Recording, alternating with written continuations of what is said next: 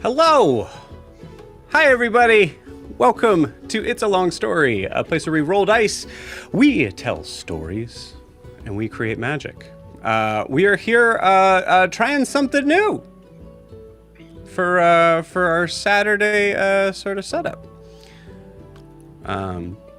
So super excited about that. We have some players old and new. So as you all are kind of getting ready to get going, we're going to say for everybody here, please take a moment to look at your camera, wave, and say hi. Hi. Hi. Hello. Hello.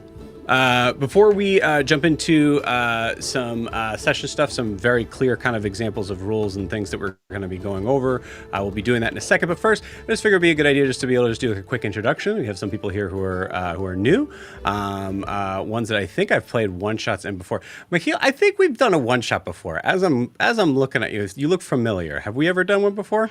I don't think so. Never? I've only played D&D once. I just started playing the One Ring, and this is my first time joining you. So I don't think. Okay, sweet. Well, cool. All right. Well, welcome. Cool. So we're just gonna do introductions real quick. So we'll say. We'll go around. We'll start from left, going down. We'll start with Sarah. So you just say your name, the character name, and the ancestry and class of that character, and then we'll move right along. So I'll start over here. Okay. Hi, I'm Sarah, and I am going to be playing a ribbit, a frog person who is a guardian, like a knight, or very heroic person. And my character's name, and you gotta give me a minute, it's loading, is Sir Ribbit Richard Leopold Ribbit Pollywog the 12th. Beautiful. I love it. Very nice. Awesome. Just for clarification, Sarah, is Ribbit in your name twice?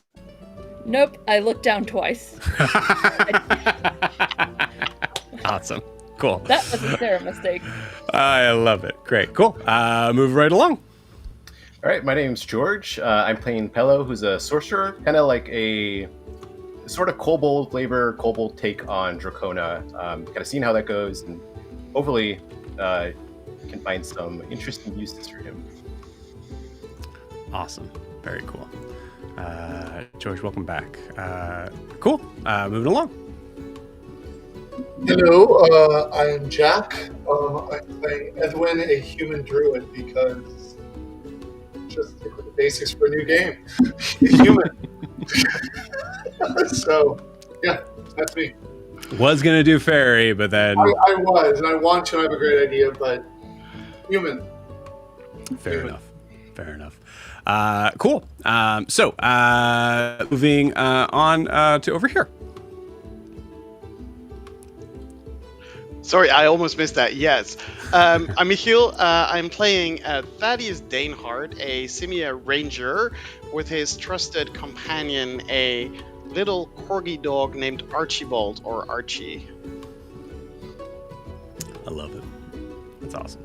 Michiel, welcome. Great. Next. Hello, I am Rachel, and I'm playing Tally Shellbrush.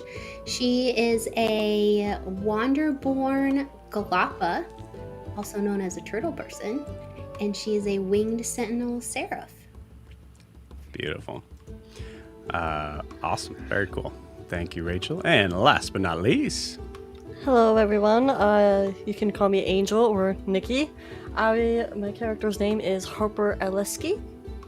She is, her ancestry is Katari, a mixture of a cat and human.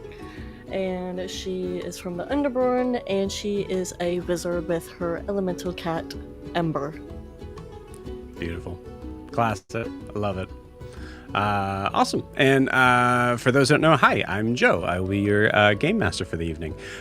So some kind of things up front. Obviously, this is a brand new game. It only came out freaking 4 days ago. So we are going to be kind of running through some understandings of the game rules as well as the character creation process. We're going to be kind of flying through that, moving as quickly as we possibly can, really because, as I've mentioned to you guys, the whole point of this is really probably to kind of learn as we go along. So there may be mistakes that there certainly will be mistakes that I make. Mistakes will be made, and that's totally fine. The whole point of this is to be very low-key and to learn how to play a new and very exciting game. Let's without further ado, let's kind of jump into some stuff here. So some game rules to talk about. So we will kind of run through. I'm going to be reading this kind of straight from the core rulebook, but I will be paraphrasing where I can. So for those that have no idea how Daggerheart is designed or played, this may only be a sort of like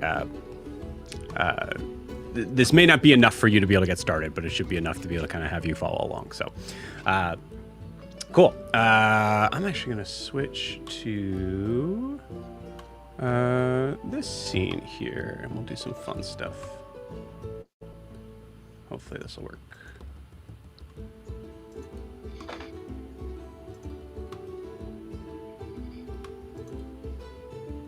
Okay, cool. So that is the character creation stream. We want to go to the core book. There we go. Awesome. Oh, that got a little weird. Hold on. I love that you look like a floating head right now. I am. Yes, I am.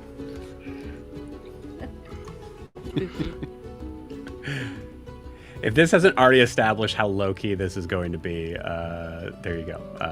That's what's happening. Cool. I may have to adjust that later. That's all right. So I will try to move through this as quick as I can, but just a basic sort of understanding of we'll be kind of going through from the sort of how to play section. So, I think it's here. Cool. So basic understanding of how the game works is we have, just like any other sort of RPG system, the whole point of it is for me, the GM, to be able to set up a series, an event, a setting, and for you to all be able to kind of play through your characters in that setting, and I will determine if there are things that are going to need to have roles specific to them as we go. So just pretty simple sort of TTRPG sort of stuff. I narrate details, ask questions, answer questions, resolve actions, rinse, cycle, repeat. Cool. So core mechanics, spotlight. So you might hear me say this every once in a while. Spotlight just basically means that this is the moment where the character is doing something. Period. That might be a character that is the PCs. It might be an NPC.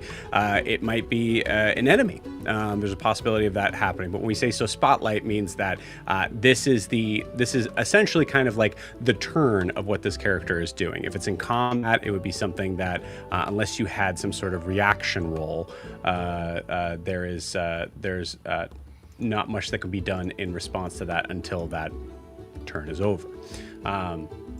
Cool. So when we are giving the spotlight, if we're doing anything that has a mechanic to the system, whether that is, for example, leaping from a tall building or trying to convince a guard that you're supposed to be here, you would be rolling your duality dice. So duality dice, instead of with D&D, it would be a D20. With duality dice, it is 2 D12s, 2 separate D12s. The reason why that is because one of them is your hope die and the other one is your fear die. So whenever anyone rolls anyone makes a roll, they're going to be rolling both 2 D12s. They're going to be adding the total, and then they're going to be telling me, the GM, whether that was with hope or fear. What that means is, if the hope die is higher than it was with hope, if the fear was higher, then it is with fear. So, for example, I don't think I have my dice screen up, but I should, so I'm going to do that right now.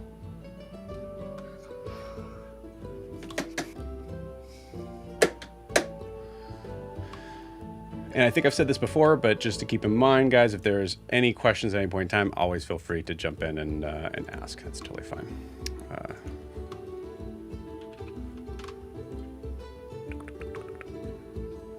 Come on.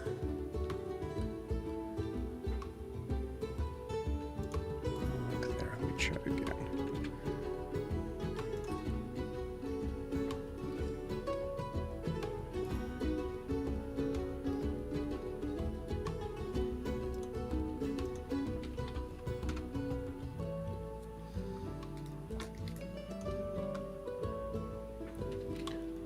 Try one more thing.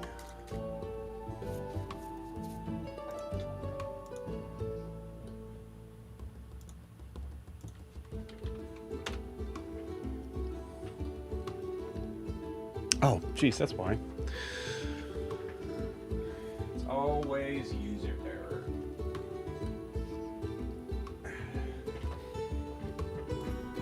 There we go.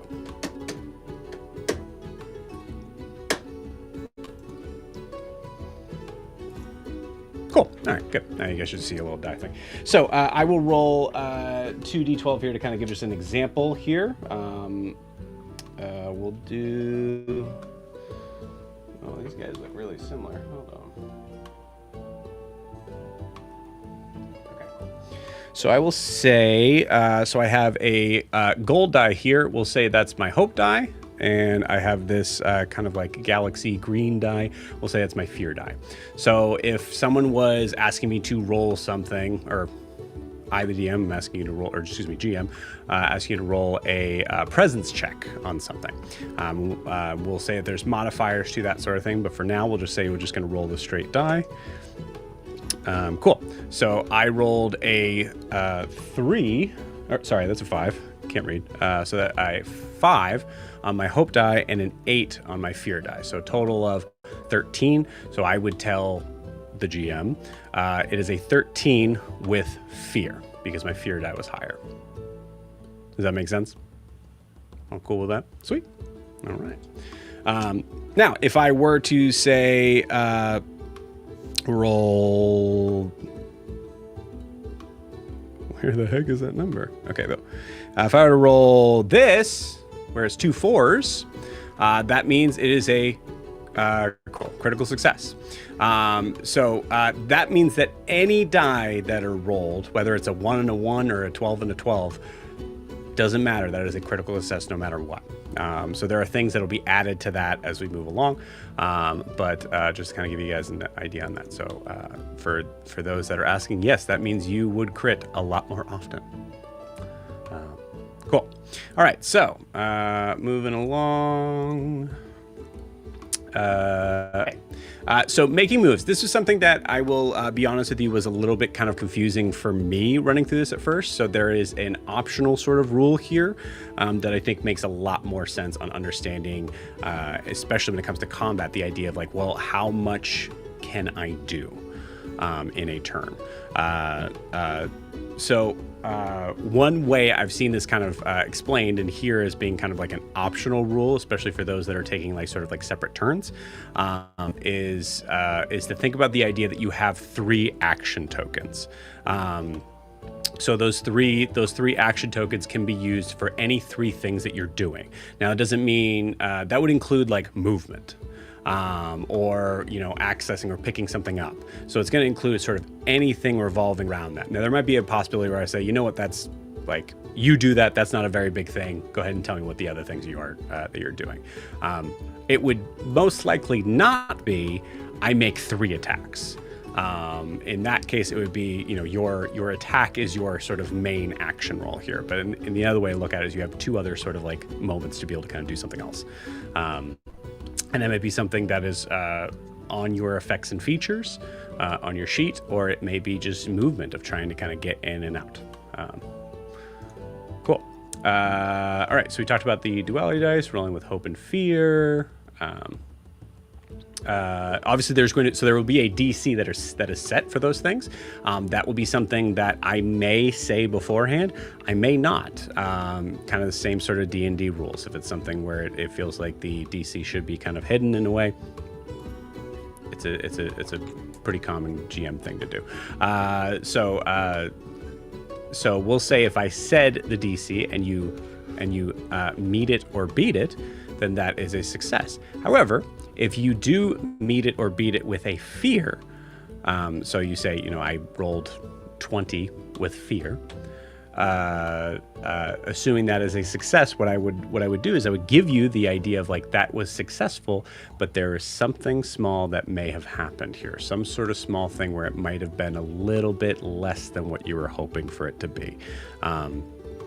And in that regard, and I guess we'll kind of talk about that now, I will get a fear token. So a fear token is basically my own little GM token that I get to use to ruin your lives as characters. And I'm very excited to do so. No, I'm just kidding. So those are things that I can use for certain things on my side, adversary sort of moments, special attacks from certain enemies that you might have, yada, yada, yada. When we go back to the other screen, you'll see that there's a little kind of like counter in the bottom corner that says F0.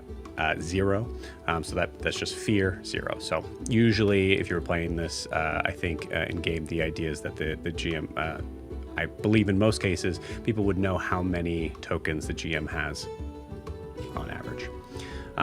Now, if you rolled and succeeded with hope, so you said I rolled a 20 with hope and the DC was 15, we'll say, then you are able to add a hope to your sheet. So once we get to the sheet thing, you guys will kind of see that. But everybody will start out with 2 hope. And then you will add them on depending on what happens. It could be something that's specific with your feature, that sort of thing. But most of the hope things that you get them often. So you might want to use, according to this, you want to use them often. So don't, the opinion of the core rulebook is try not to harbor your hope die too much. And here's what you can do with hope. One, you can help an ally. So if there is something that is being done where you're, let's say that Tali is trying to break open a chest to get inside, and your character wants to help them do so. You can do so simply by just spending a hope. That's it. Now, the interesting thing here, and I'm interested to see how this turns out, is that for in this case, Tally would be, instead of rolling like 4d12 and trying to decide that, basically we add a d6. So you roll a d6 and then you add that to the total, and that is your advantage. So rolling with advantage is adding a d6. So disadvantage would be minusing a d6. Cool. Make sense so far, gang? Yeah. Sweet. All right. Cool. So you can also use that to utilize use hope as an experience. That's what we kind of talked about before.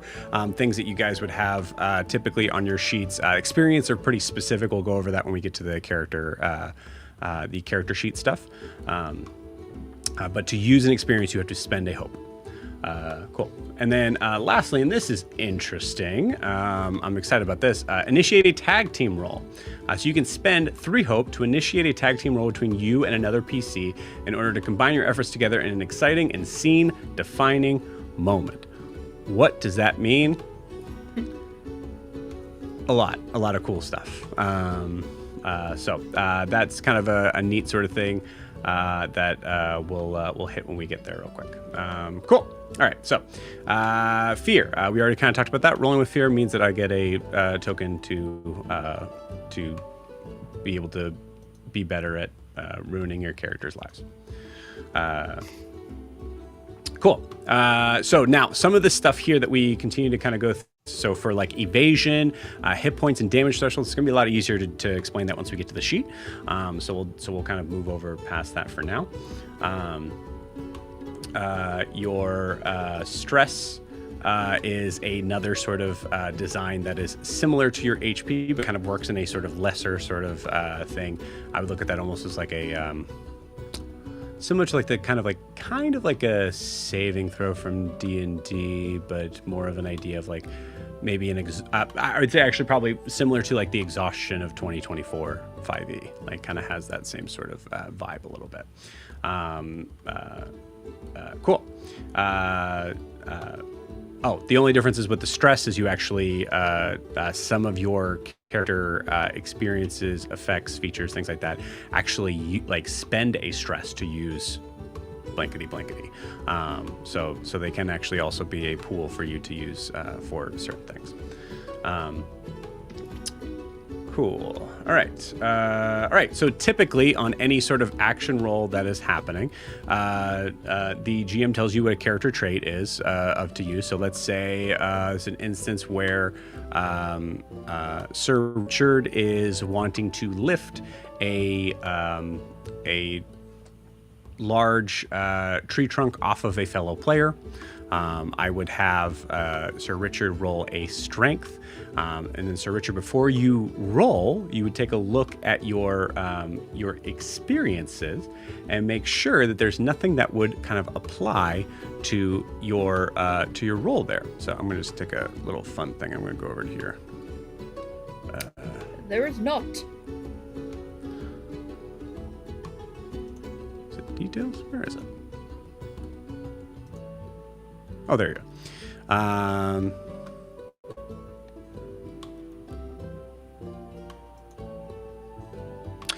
So we'll say like, so you have like on guard as an experience thing, and we'll kind of go over that in a little bit.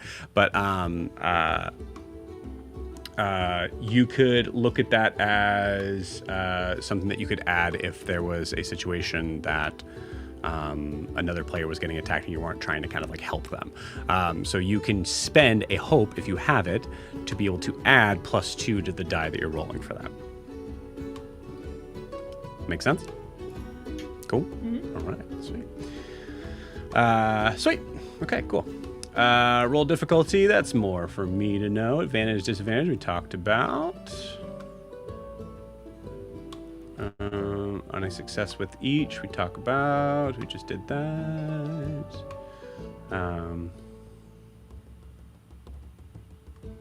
These are pretty specific ones that we can handle later. Group action rolls. Multiple characters take action together, such as sneaking through an adversary camp. Party nominates one character to lead the action. Each player then describes how their character collaborates on their tasks. The action leader makes an action roll as usual, while the other players make a reaction roll. So let's talk about that real quick.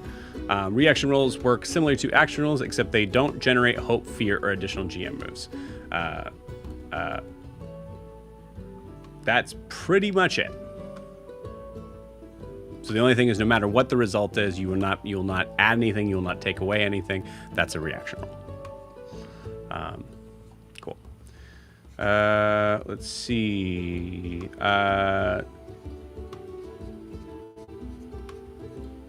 think that's about it. Any questions anybody has as far as that's? Oh, we should probably talk about the range stuff. So for range, right? With D, I'm actually very excited about this. To be honest. So for range in the setups, is there like a specific spot? Because that would be great. Nope. That goes somewhere else. Let me try and see where that spot is, because that might be.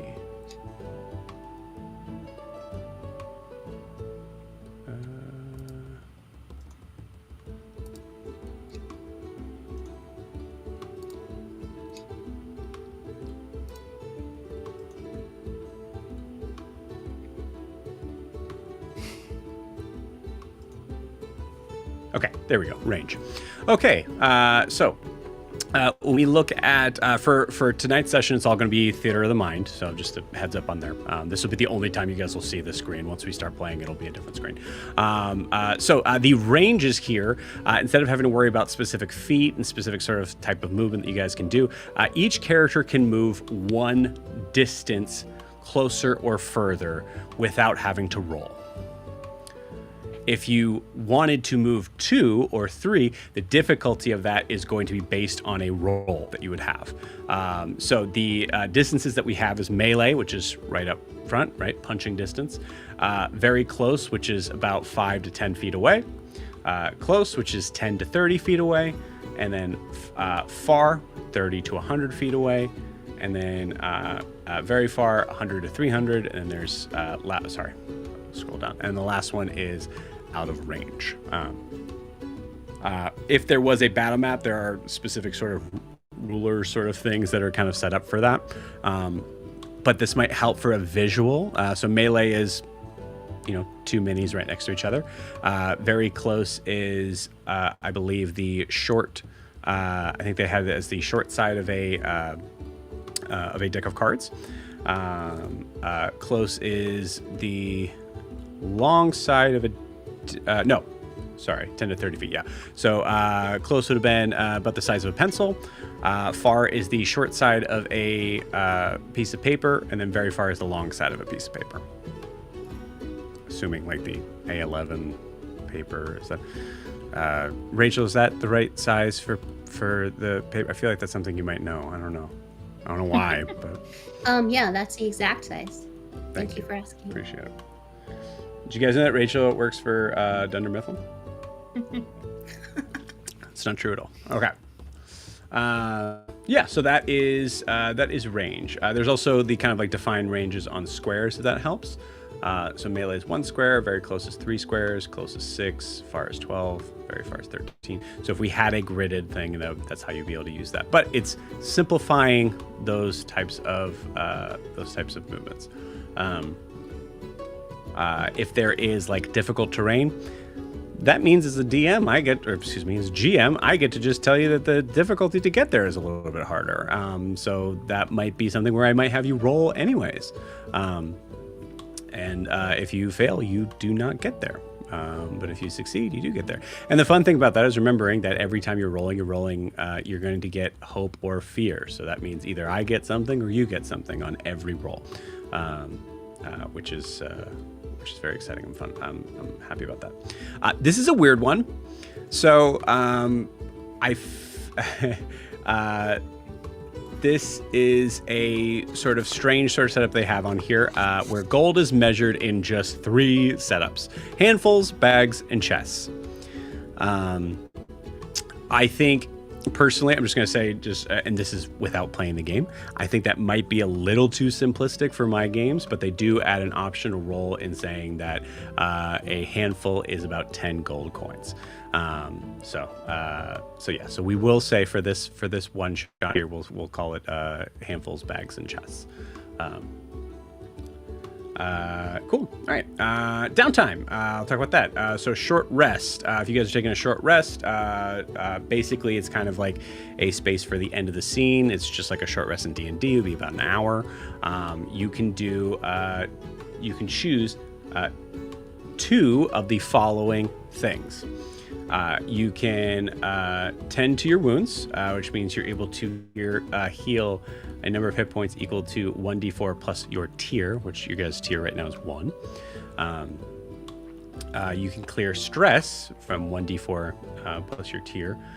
You can repair armor slots equal to 1d4 plus your tier. Or you can gain a hope by preparing in some way. If you notice that like all descriptions on here actually kind of give a sort of space of like understanding of how your character would be doing that. So that's something that's a big kind of important part to this game, is that every piece of this shouldn't be like, yeah, so I tend to wounds. The goal here is to be able to be like, so, I bend down, look at my leg, see that it's bleeding, yada, yada, yada, kind of going into that sort of stuff. The whole point is to be able to kind of build into that story element. Long rest is very similar, but just basically replace the 1d4 plus blank to all. So you can do 2 things, and you can only do 2. So that's the kind of idea on that. So if you're really hurt and really stressed and have like no armor slots, then you have to kind of choose which one's more important to you. So yeah, that is that. Also, one other thing that you'll notice on here is it talks about you can change the domain cards in your loadout. Because you're all player 1, all of your all your domain cards are already out. You have what your domain cards are, so there's no switching out that you can do on there. I know there are some effects that actually like using this effect pushes it out of your loadout. So that would happen, but it doesn't switch out to something else. It just goes away. There's some specific rules when it talks about like working on a project, downtime, that sort of stuff. I probably won't go over that too much just because in a one shot it won't be something that'll go in. But one thing that may happen, who knows, is death. Cool. So facing death, when you mark your last hit point, you must make a death move. Death moves. So there are 3 options here. You can choose Blaze of Glory. Your character embraces death and goes out in a blaze of glory. Take 1 action, which critically succeeds no matter what. And then cross through the veil of death. So then die. You can try to avoid death. Character avoids death and faces the consequences. They temporarily drop unconscious, and then you work with the GM to describe how their situation worsens. Your character can't move or act while unconscious. They can't be targeted by an attack, and they return to consciousness when an ally clears 1 or more of their marked hit points, or when the party finishes a long rest. After your character falls unconscious, roll your hope die. If its value is equal to or under your character's level, they gain a scar. Darrington Press rules, scars. Actually, it's funny. There's no mark for the scar section. We'll talk about that when that comes up. So then the last thing is risk it all. Roll your duality dice. If the hope die is higher, your character stays on their feet and clears an amount of hit points or stress equal to the value of that hope die. If the fear die is higher, your character crosses through the veil of death. If you critically succeed in that, your character stays up and clears all hit points and stress. So, very much a risky sort of situation of saying, I don't want to go out in a blaze of glory. I want to try to stay up, and if I succeed, great, I'm up. If I fail, bye-bye, I'm gone. Okay, cool, there's the scar things. If you choose to avoid death, you might take a scar. If you do, cross out 1 of your hope slots. You can't use this slot anymore. Heavy. And then from that, you want to kind of describe what that looks like. If it's a physical scar, a painful memory. Resurrection.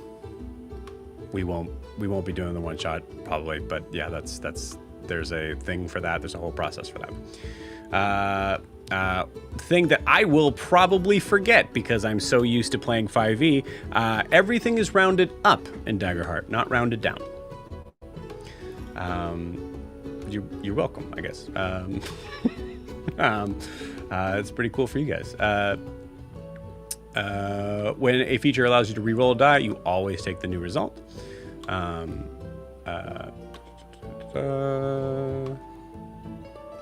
There's some specific rules on stacking effects that we'll go over if we need to, based on what happens on there.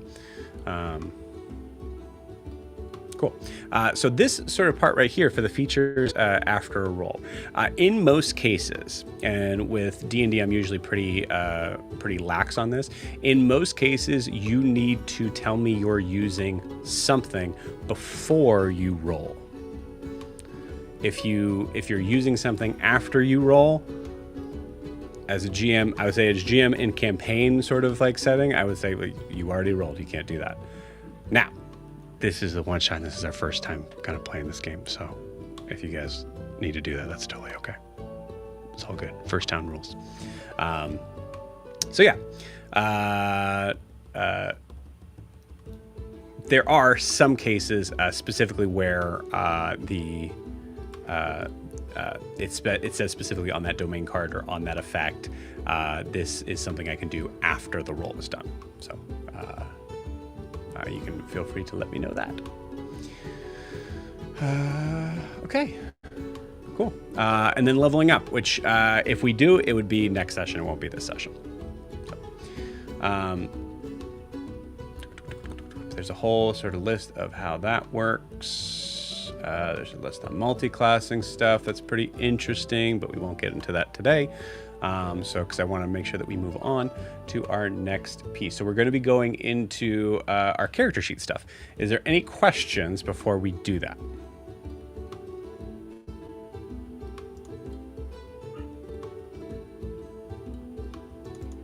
Sweet.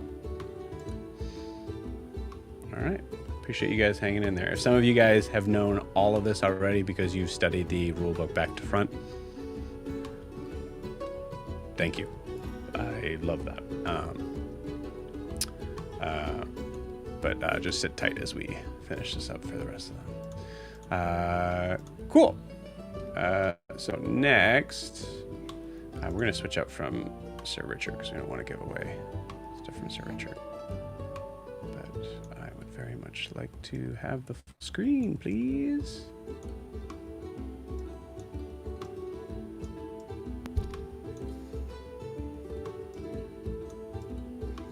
Okay, cool. There we go. Just All airing right. my shit out. Nope, I'm not. I'm switching to something else.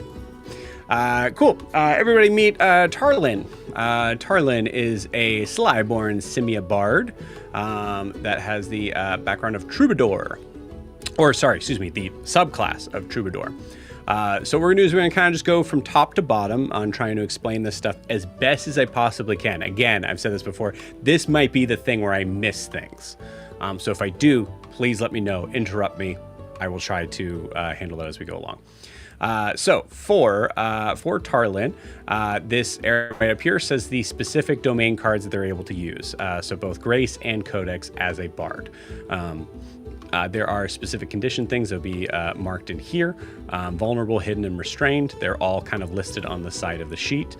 I'm going to make this a little smaller so that you guys, so that we don't miss anything. Okay, that should work. Cool. And then level 1 is your current level. If you were doing downtime, you would click the downtime thing and you would go through a specific sort of setup for that.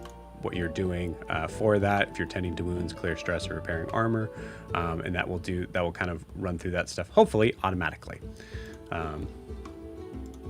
Also, shout out to Demiplane on making this really cool character sheet for us to be able to work through. This makes things a lot easier, so thank you.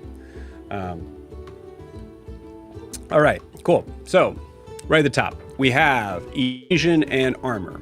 Evasion, it's your new AC. That's pretty much it.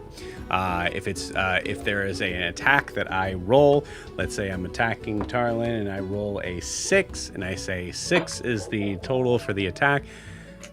If you were Tarlin, you would say that misses. Pretty simple. If you're familiar with D&D, that's how that works. Your armor, that's marked here, is the sort of simplicity of where this armor is marked on here is basically to tell you how many slots you have. Now, if you guys look at your character sheets, your armor slots will actually be at 0, unless you filled that in beforehand. In my opinion, and this is maybe a specific sort of demi-plane thing, it makes a lot more sense, in my opinion, to start with the number of slots that you have and work your way down. So you guys can do it that way. So that's how I have it set up here for this. So this is how it looked. Can I not adjust this? You have to hit the minus button. Oh, thank you. So it looked like this. I had it set like this because that makes a lot more sense to me in saying that's how many I have. Cool. So armor slots, how can you use them? So let's say that Tarlin did get hit, and we're going to kind of go up and down here a little bit pretty quickly. So let's say that Tarlin did get hit and took to 1d8 plus 4, so that's 12. Tarlin took 12 damage. So looking down at the hit points and stress marker down below here, the armor that you're wearing, for those that won't have demi-plane thing. The armor that you're wearing is going to up your threshold that you're able to take from those hits. So if you're wearing like a heavier sort of armor, your threshold's going to be higher. If you're wearing, lower armor, your threshold's going to be lower. If you're not wearing any armor, your threshold is pretty low. So the threshold basically simplifies the idea of the attacks to 3 possible outcomes: minor damage, major damage, or severe damage. So for minor damage, that means you would mark 1 hit point. I'm going to clear out the stuff here. It's already. So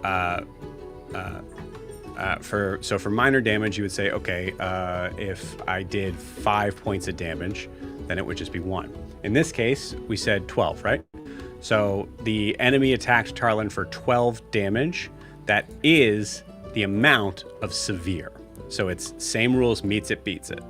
So if the attack that's done is the number or higher that is here, then the next space over is what you're marking. Unless you use an armor slot. So you can use an armor slot to reduce the damage by 1 threshold. So if I use an armor slot in that attack because I don't want to take as much damage as I had, so I mark down an armor slot, and then I come over here and I'm marking down 2 HP instead of the 3 from severe damage. Does that make sense? Awesome. Sweet. Cool. So we'll come back up here real quick. This area right here, pretty simple, especially if you're familiar with D&D. It's just kind of a simplified sort of rule set to be able to kind of handle everything. You guys don't have specific ability checks that you're better at with specific things. That's what your experiences are for, essentially. So everybody kind of starts out in that same boat. Yeah, I agree. I actually, Matt just said I like the system way more than AC. Yeah, I'm actually pretty excited about this. This is pretty cool. The design around here, basically, it's very simple. It's actually very easy for me. I don't have to look at a specific other sort of rule sheet. Let's say we'll take Ethwin, for example. So Ethwin, you're seeing you're walking into a bar here, and you're noticing that the person that you need to talk to at the other end of the bar is in mid conversation with someone else, and you see there's this big burly individual that seems like kind of like a bouncer that kind of comes up to you and is trying to kind of keep you away from that person. How would you like to respond? Are you actually asking me? Okay. Yeah. I push past him. Cool. You got it. Yeah. So I think in this way, pushing past, there's a couple different things that I could put that in. I would say most likely is probably a strength, as you're just literally just using your but it could just as well be agility. In my games, a lot of times there's things where it's like, something like that, where I would say are you trying to be sly going past, or are you trying to just bowl him over? I'll be sly. You got it. Yeah. So you would roll an agility check. So in that, you see the little +1 that is there. Before you go to roll, there'll be a little dice thing that kind of comes down. This screen won't see it, but it's there. Before you roll, it does do that automatically. Okay, good to know. You want to look down at your experiences and see, is there anything I want to add? My close friends made this. What did Joe for being annoying in Escape? There's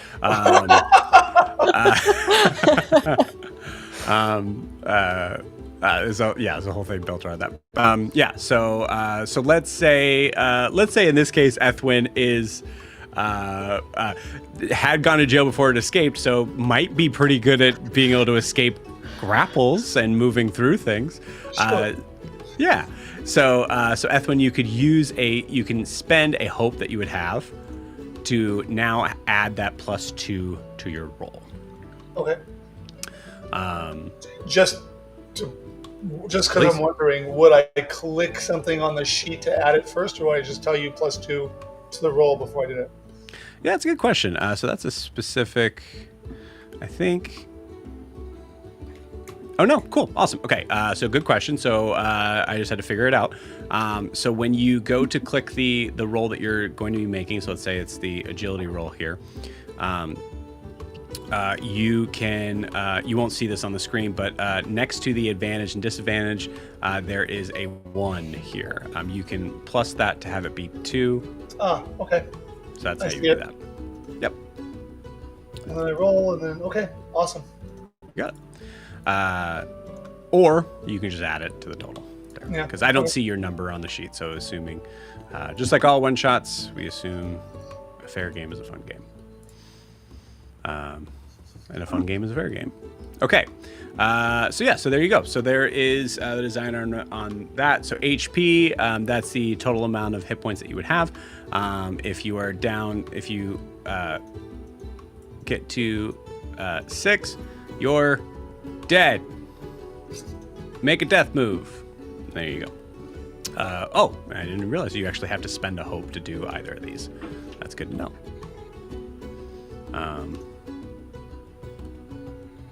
Cool. All right, bring that back. And then, so the stress. And so stress might be something that is, you succeed with fear on something that would have been a pretty tricky roll. I might say, like, take a stress. That was stressful. That was basically something that would be designed more onto the concept of how things are affecting you mentally. It could be physically. It could be emotionally. Ecumenically. No. It is truly kind of built as another sort of design of that. So once you get to 6 stress, basically, the next thing that happens once you get after 6 stress is you take a hit point if you go over 6 stress. Then it clears and you start again. Make sense? So when you reach 6 or more than 6, you can take a hit point and then your stress bar goes back to 0? I'm sorry. Yeah, I did say that, and that's wrong. Okay. No, you stay up at 6. You stay up at 6 of stress, yeah. So the idea is basically you are really stressed, and it is affecting you physically. Okay, understood. Yeah. Thank you. Good question. Yeah, thank you. Cool. All right. So there's that. So then we come down to hope. As I said at the beginning of every session, everybody starts with 2 hope. If you roll anything with hope, even if you fail at that, you still gain a hope. So even if you fail at something, you still are you're either doing a hope or fear. Cool. All right. So last thing, we're going to try to breeze through this stuff. Now, this is very specific to the types of, like, whatever class you're running through is where these kind of effects come into play. But there are domain effects, which is based on your I guess they're kind of both based on your class. I would say these are the domain cards that you'd be getting that you can kind of switch out for your loadout. The feature things are more designed around your class, so all the like troubadour would have this same right hand side. Cool. So for this figure, they have a Book of Typhar, and then there's specific things that they can do. So this is something they could do as part of the action roll. For example, make a spellcast roll against up to 3 enemies in melee range of you. A flame erupts from your hand, dealing 2d6 magic damage and a stress to any you succeed against. Super cool. Really neat. So that's a possible thing you can do with your action roll. Magic hand, you can read basically mage hand. I do really love this setup on this, how they define this. It's not mage hand because it can pick up anything that your normal hand can. For those who are familiar with mage hand, and saying that it specifically has to be this weight, or this weight or less. This one you can do pretty much anything your hand can. Mysterious Mist, use an action to spend a hope to cast a temporary thick fog that encircles a stationary area up to a very close range. So there's where your ranges kind of come into play there.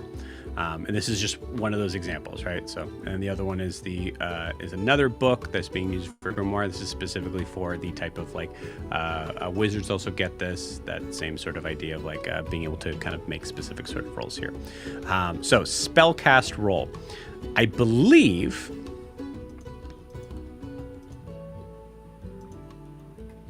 I have to check into this, but I believe your spellcast roll is based on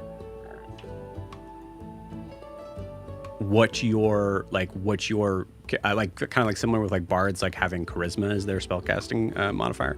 So I think in this case it is your presence In this case, that is the reason why that spellcast roll +1. So it's basically spellcast roll is using what you would normally use for your class.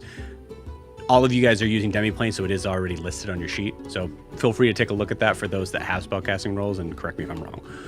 But I think that's how that's designed. Okay. Let me get out of there. Cool. So then bard features. These are features that you would have as a bard, specific things. There's kind of your like bardic inspiration sort of thing.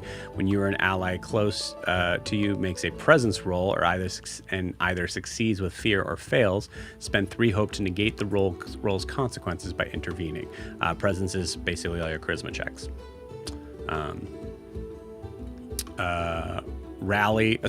The rally is your bardic inspiration die. Once per session, as your party prepares to enter a dangerous or difficult situation, describe how you rally them and give yourself and each of your allies a d6 rally die. Anyone with a rally die can spend it to roll, adding the result to an action, reaction, or damage roll, or clearing stress equal to the rally die result. So again, no, this is first town rules, so we'll say for this sort of session, you can always do that after, but most likely this would be one of those things you have to do before you roll. For those who are so mean. Yeah. And then so on and so forth from that. So then you also have your equipment. For those of you that have your equipment thing, I think I kind of went through everybody's. Oh, it's not allowing me to go all the way down. That's annoying.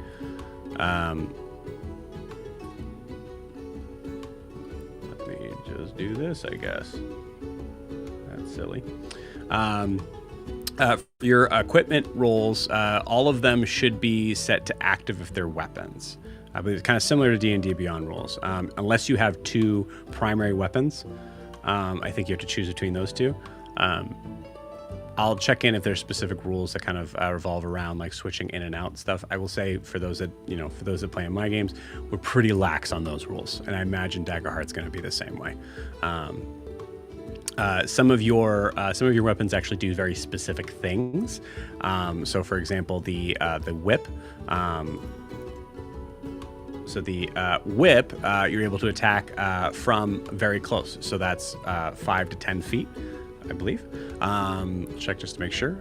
So you would roll a d6 for the attack, but also on top of that, you can mark a stress. So you can mark a stress to scatter enemies that are in melee within 5 range to push them back to close range, which is pretty cool. Yeah. So a lot of these items have specific things that they can do on top of the normal damage they would do. And then your armor. We should automatically already be calculated in your evasion and things like that. And then some of you guys have things like a minor stamina potion or a minor health potion that you can use at any point in time to clear that, and that's kind of like considered like one of your action rolls. Okay, cool. There's that. So the rest of the stuff I would say is, for those who are familiar with D&D stuff, there's your kind of like tracking your handfuls of gold. Or your bags, or the chest of gold. So there you go, there's that.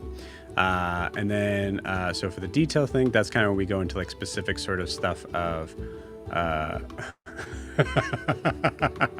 didn't write this. But yeah, eyes like they've seen some shit. Jolly and over it is funny. Jolly and over and it. over it. Shout out to That Jason. sounds like Jason. a clown at a 5-year-old birthday party. Jason, if you're watching this, Jason immediately made an entire like character in about maybe 30 seconds. That was very detailed. And the last thing is journal, which is basically kind of an open sort of space for you to be able to kind of mark out any notes that you have. All right, and I think that's character sheet. And 8:58 time, that's pretty good. Cool. Any questions on any of that stuff at all? I have none so far. Okay, great. I'm sure we will once we're playing. Sure, absolutely. Yeah. And to be honest with you, a lot of these things...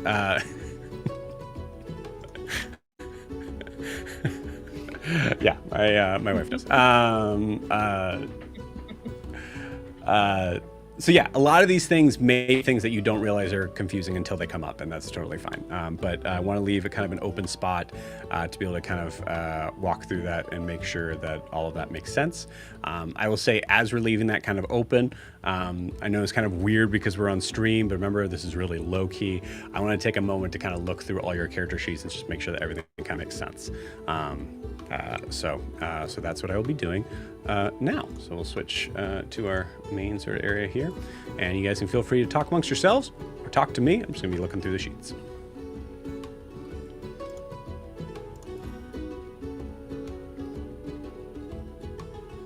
Okay, I'm on Pello first. Also, one thing we didn't talk about was the like your community background also gives you specific things. So those are kind of cool. I like the idea that the background actually affects your character mechanically, and it doesn't feel like it's like kind of like an extended sort of grab like the indie backgrounds are. So what's so loud, Brandon? The music, maybe? Is the I music think loud? it's being sarcastic that we're not talking. Yep, that's what it was. Oh, cool. Oh, Brandon. okay. Thank you. I was gonna say, how about you turn down your volume? Maybe Yeah, that would Brandon, how help. about you turn down your volume? Yeah. Why is there an F and an O in the middle of the screen? Oh, that's the fear coins. There's The, the fear Ah. points. You got it. Yep. Thank you. Miranda says you guys need a group name. We're Daggerheart, damn it. Oh, that's really good. Daggerheart, damn it, is good. Anybody want to beat Daggerheart, damn it? I Ever really heard of the don't. group Daggerheart? Damn it! Daggerheart, damn it. Double D's. Perfect.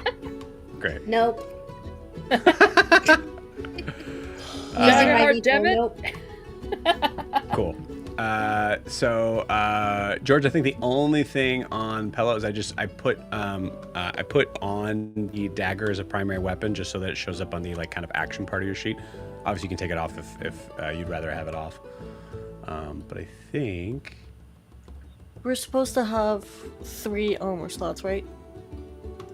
it depends on the armor that you're wearing, but most likely. I think level Is it- 1's pretty. Yeah, I'll come to your sheet here in a Yeah, second. because that's the only thing I'm confused so far. Okay, cool. You're a wizard, right? Correct. There's a possibility that maybe you don't have armor. I'm not Yeah. sure. D&D rules would apply there as that. And I do think Matt Mercer's would be pretty mean to his wizards. Right. I just got a shirt that Rachel saw the other few days ago. That has a giant owlbear on it that says, "Only you can prevent dungeon fires. Kill the wizard first." I love that shirt. I won't be that mischievous, I swear. You say that now. Cool. George, everything looks great. Any questions? I think the only thing I wanted to add was I couldn't add the hand runes to the equipment. Right, that's right. Okay, cool. Let me see. Okay, dagger dogs. It's really As someone who lives in And LA, your dogs that's do play perfect. Daggerheart. Dagger dogs. That's what I'm keeping. The Okay. W and a I'm Z. sorry. Good.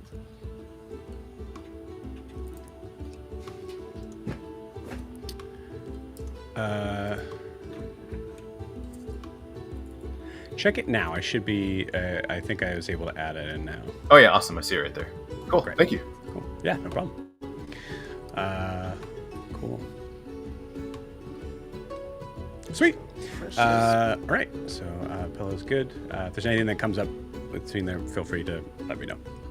I completely forgot what you said about my armor slots.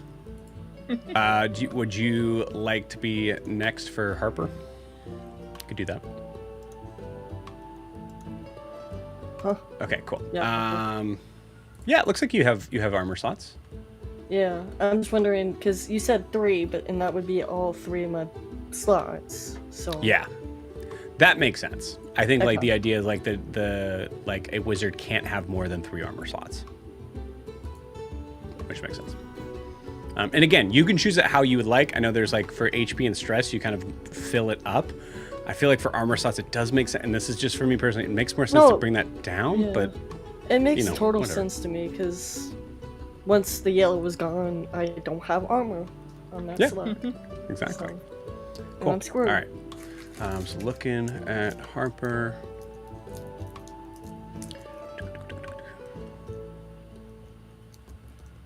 These like features and domain cards because they're usually pretty well written out. Quick question. Sure.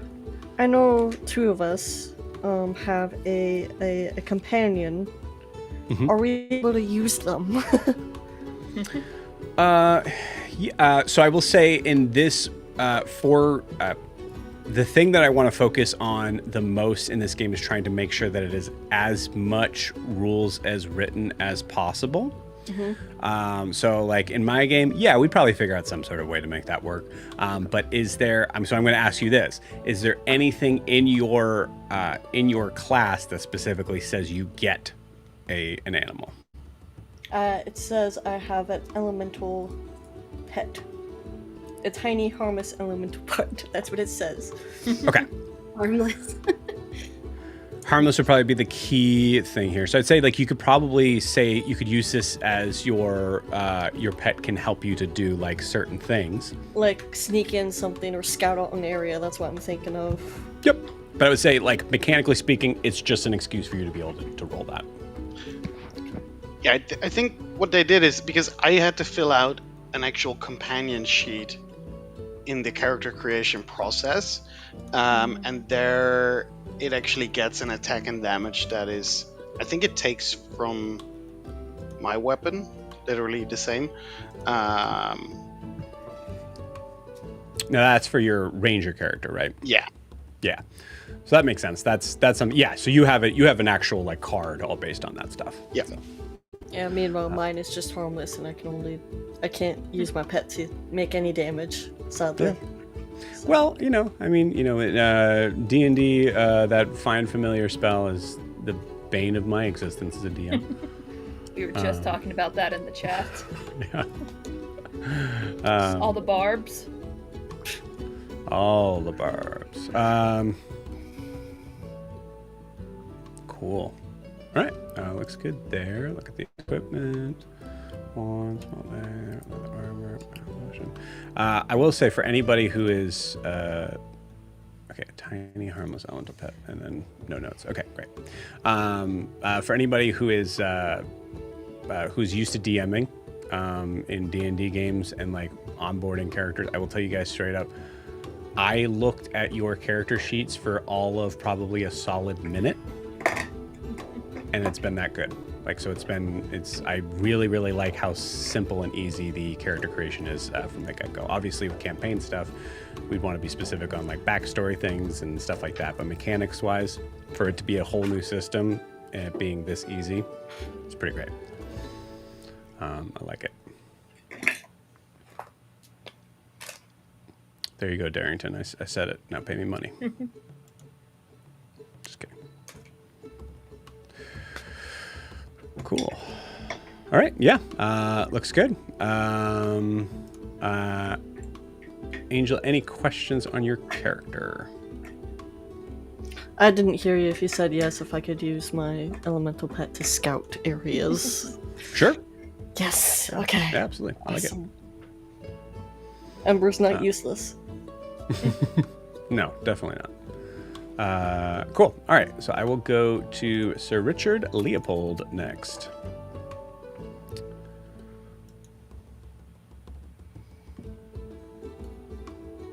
Sarah, will you say his name again? His whole name. Okay. Sir Richard Leopold Ribbit Pollywog the 12th! Huzzah! Beautiful. Okay, well, Cool. So some interesting things. So Sir Richard is playing a guardian, which is essentially like their version of a I guess not a fighter, but like more of like a tank sort of fighter is what I'm kind of picking up. So some interesting things on here. Your evasion is low, but your armor slots are really high. Yeah. He's a pudgy little guy. That's pretty cool. I like it. And he's old. Cool. I love old little guys. One thing. Oh yeah. What was her name in Humblewood? Who, my character? Yeah. Agatha. That's right. Okay, I want to see one thing just to make sure this is how this works. This automatically goes in. It does. Sweet. Cool. All right. You're also your damage. Sorry. Go ahead. That's okay. Nope. Okay. I was just saying dumb stuff. Okay. Sarah, any questions? Go back to character sheet. Where did character sheet go on my phone? There it is. So the only thing I got a little like iffy is the damage threshold. So in between the 9 and the 17, so any damage in between is considered major. So like if it was a 10 or a 16. Right. But you can spend an armor slot to bring that threshold down 1. Mm-hmm. Which I would recommend you do because you have 6 armor. Mm-hmm. Okay, can I just clear something up real quick? Sure, yeah, please. Off of her, the damage scale. So anything, like, for example, mine is 7 and 14. Anything less than 7 is minor damage. Anything between 7 and 14 is major. And then anything above 14 is severe. Correct? Yes. Okay, alright. Yep. Just making sure. Thank you. Yep. And there is another level, I believe, that is double the amount of severe damage, which I think is 4, if I recall. I don't perceive us getting to that point, but I'll check just in case. Yeah, no, good question. Cool. Yeah, so Sarah, any questions? No, I think I pretty much got it. Cool. The unstoppable die is pretty cool. I like that a lot. Mm-hmm. I like... That's not good enough! I like that one a lot.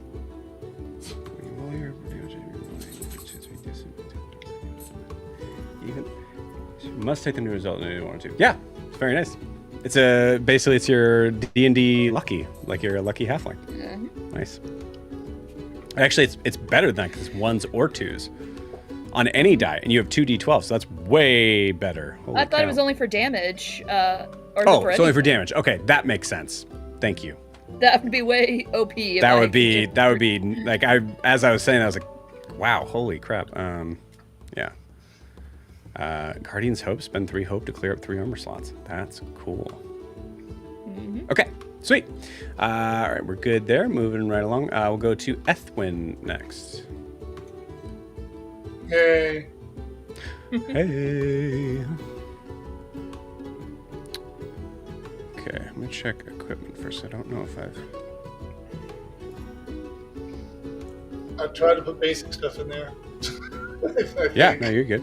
I think the only thing, I'm going to turn on the minor health potions. I don't know if that just shows up in a place that's going to be a little bit clear. That's what I've been doing with everybody. It might not. Okay. I'm not sure. Cool. And then you have your hand runes or your quarterstaff. Basically, it's like you can't have both at the same time, I think. Is right. What the... And I figured that he's probably walking around with his staff more often than putting magical runes out of people's faces as he's walking day to day. Makes sense to me. Cool.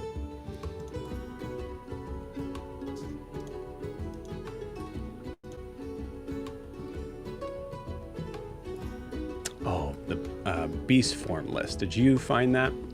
I found it. I see that when I select a beast form, it gives me 2 pages. Oh. First page is Agile Scout, Aquatic Scout, Household Friend, Nimble Grazer, Pack Predator. And then the second page has Stalking Arachnid, which I like that one for my character. But cool. But yes, I do see a list, and then if I select it, then it goes into the beast form. I can click it again and go out of the beast form. It seems that's how that works. Cool. I'm gonna try to find.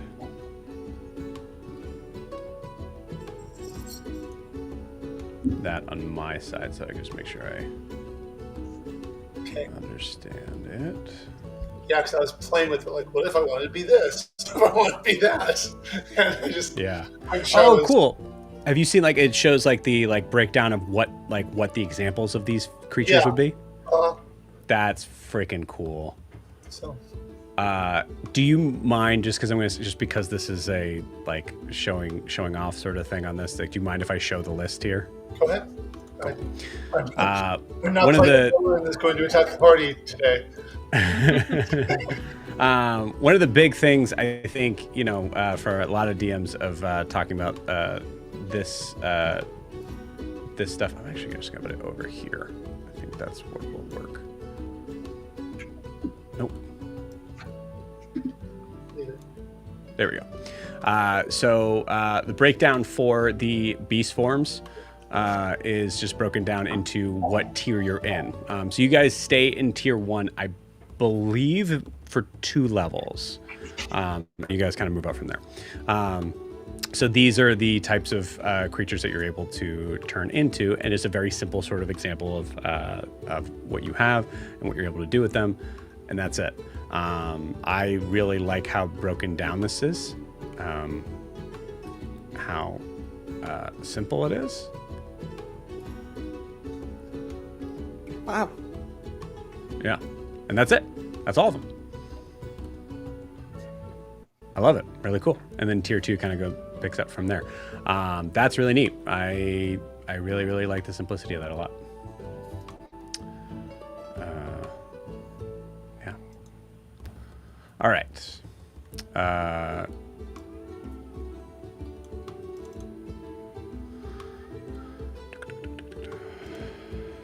Cool.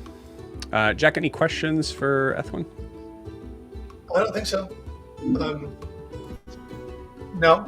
Oh, actually, a quick one, just in case I use it. If I turn into a spider, am I the man-sized spider that I'm afraid of, or the house spider that I can? Good question. I would assume I'm a little bit larger than average, given that I'm doing damage, and your common household spider isn't going to potentially kill him in. But that was an assumption. Yeah, it's a very good question. It does not say here. You bring up a good point. I think. Why would your evasion be just as much if you were? Oh, because you're maybe fast, isn't it? In my head, actually, based on the examples that they give, I think of those as real world examples. So it might be that you're that size. Okay, I'm just very poisonous. Yeah. Yeah, I think that's the... I just, in case I decide to use it in the space of the game right now, I'm how scary am I? Right. But clearly not. Hey. A little scary. As an arachnophobia, with someone with arachnophobia, a spider that's teeny tiny is the most terrifying thing in the world to me. I did not know about that, and I'm so sorry for my character. It's okay. All good. Just avoid turning into a spider, please. Well, there's other things. Listen, no, it's fine. You it's play fine. your character. It's totally fine. Yeah. As long as I don't have to physically see it, I'm good. Yeah, Sherry, Turn around. in a car, he's not that scary. That does bring up a good point. Something I did forget to talk about. So let me make sure I just bring that up real quick. Yes, for those that have played games with me before, you do know that there are 2 different types of things that we can do in game. There's the timeout, which I would say in this case, honestly, you can just do at any point in time, and you probably don't need to put the timeout because we're learning this new game. So the timeout usually means, okay, let's stop the gameplay, the role play for a second. I need to make sure that I'm catching up and understanding where the rest of the party is or what the DM is talking about. Basically pausing the gameplay to make sure I am up to speed, that person who's doing the timeout. The other one is the X card. So the X card is a more important thing. I want everybody to give me one of these, please. Beautiful. So that means I am uncomfortable. So that is something that might have been brought up by me, the DM, or another player. That seems to be like something that is a focus that is not comfortable. That is not something that you're comfortable with. A good example would be like if you see like if I explain like a setting where there's a glass jar full of eyeballs, and you have like a specific thing like eyeballs. No, absolutely not. I hate that. Please no. X card. That's all you need to do. You do not need to tell me what it is. It's very important. You do not need to tell me what it is. My job is to be able to kind of figure out what that is and kind of move on from that. I would say, okay, cool. So instead of eyeballs, it's going to be gumballs or whatever. And that's not really necessarily making fun of anything. If that's if that's really going to keep you from having the fun of the game, then I want to know so that I can move it along. I'm sure it's not going to be detrimental to the fun that we're having. So makes sense. Everybody good on that? Sweet. Cool. All right. Cool. F1 looks good. Ready to go. I will just say for the timeout and the X's, my character likes spiders, but not in a creepy way. Perfect. Thank you. So, Thank you. I was wondering. Can I just say something Sure. real quick?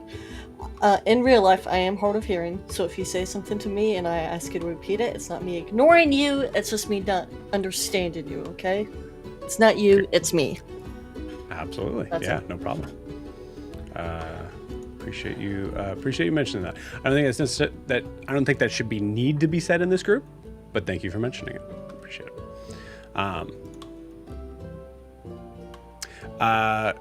Real quick, Jack, I just noticed on the character sheet there is a beast form section that you have that you can kind of actually choose which beast forms to kind of pull up, and then it's right there on that drop down for your character sheet. are you talking about underneath the secondary? There's a beast Yeah. form. Yes. So like Yes. effects, features, equipment, and then beast form. You can choose a specific one. I chose like stalking arachnid. It'll probably show up on your sheet. Yes. That gives you And then if I drop out of it, it goes away, and I pick another one. Yes. Yep. Cool. Yeah. Thank you. Sweet. Oh, and that automatically shows up as your secondary on there. That's cool. Neat. Okay, cool. Good job, Danny Plain. All right. So we're good there. Moving on. Thaddeus.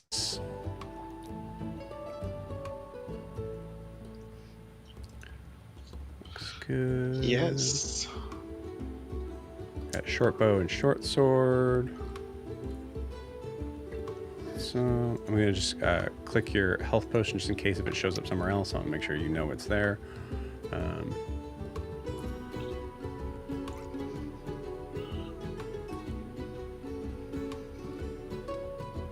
Cool. I'm very excited because I don't know most of these rules for these things, so I'm very excited to be able to kind of like build in some sort of design of like a moment where things get really rough, and then you guys just pull out like, well, I have this card, and that makes it not happen. And I'll be like, oh, shit, okay, great, okay, cool, never mind. Yeah, I guess that's what happens. Very excited to be surprised, to have my stuff messed up. Cool.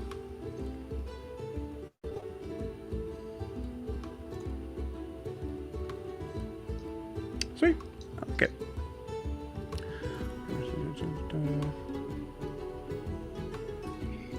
Oh, and then your companion. Oh, this is sick. Cool. So anybody who's interested in knowing, for the companion sort of setup, it looks like you did like your own sort of like character creation for your companion. Yeah, you literally go through that.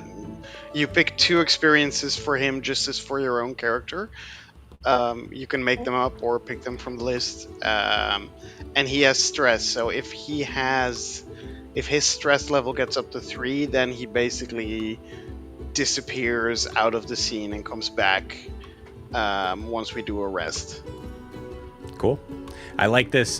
This would be good for I know Jack DMs, and if there's anybody else who's DMing, this is a very simplistic and interesting way to kind of handle this for the companion. Anytime the companion takes damage, they mark a stress, and that's it. So they don't have any HP; they just have stress. Which is a neat way to be able to kind of make a companion that doesn't necessarily die. Yeah. That's it. Yeah. That's cool. exactly, yeah. And the cool thing is, it takes your damage, so as you level up, it levels up with you. That's really neat. Oh yeah, so it has its own like trainings. Oh, that's cool. You're making me regret not being a ranger, man. That's really cool. That's really neat. Cool. Yeah, Michiel, any questions? No, Awesome. All right, cool. I think Rachel, you the last one, or Yep. awesome. All right, Tally. I will say the Seraph is the one that I know the least amount about. Do me a favor. I was gonna say, Rachel, if you want to just give me a general sort of idea of the concept of your deity in Discord, if you can just DM me what it is, that would be just cool to know. And you can be as specific or as general as you want. I do not know the pantheon of this setting really at this point, so besides a couple. If there is a pantheon, I ignored it, so I'll just send you what I made. Okay. For those that are watching, for the D&D campaigns that we run, sometimes we use gods that are published, but often they're not exactly the way they are in published works. And we also have many gods that are not published. So yeah, totally fine with that.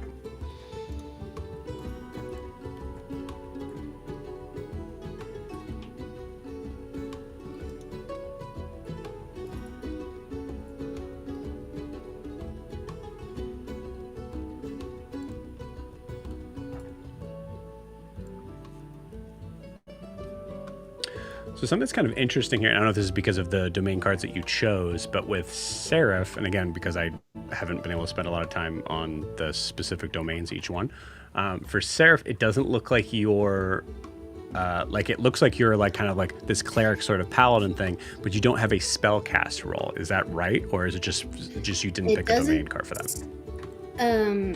The spell I have is Mending Touch, which requires me to role play and spend hope to make it instead of doing any kind of roll. Yeah, that's cool. Does that make sense? Yeah, I like that. Did you see anything that, did you see any domain cards that said specific spellcast roll on it?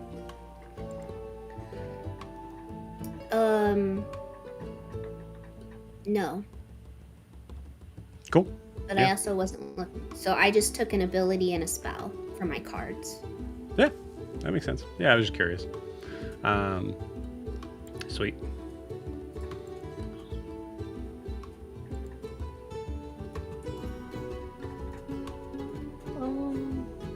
Quite the healer. That's cool. But I can also smite stuff. How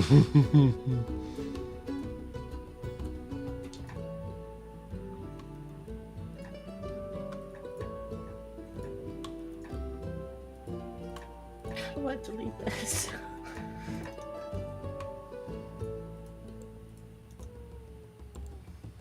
Now, you say smite stuff. Is that because of your experience, or is there something I'm missing on the effect stuff? Under Winged Sentinel, my subclass, I can either carry people with a stress, or I can spend a hope to do 1d8 damage, which there it is. to me sounded like smite. And there's your spell casting right there. So you do have a spell cast mark, but it is strength. So that's cool. That's neat. So you can just focus on strength as you level up. I was curious on that and anyone who else is wondering on the because there's no cleric and paladin in this. It's kind of pulled into Seraph. So just wondering how that works. My favorite thing is my Wanderborn background for the turtle. So I can rummage around in the house on my back to get stuff. That's great. That's so good. That's very neat. You're a van lifer. Yeah. Full on van lifer. Yeah, absolutely. Man, the difference between the threshold of your minor to major damage and your major to severe damage is insane. 9-17. Yeah. That's crazy high. I feel like that's what Sir Richard has too. No. It might. Oh yeah, it is. Yeah, it's 9-17. That's cool. Yeah. Neat. Yeah. Mm-hmm. It seems like a large. Can I get a leap. sound clip of you saying Sir Richard's name so I can use it as my phone ringer?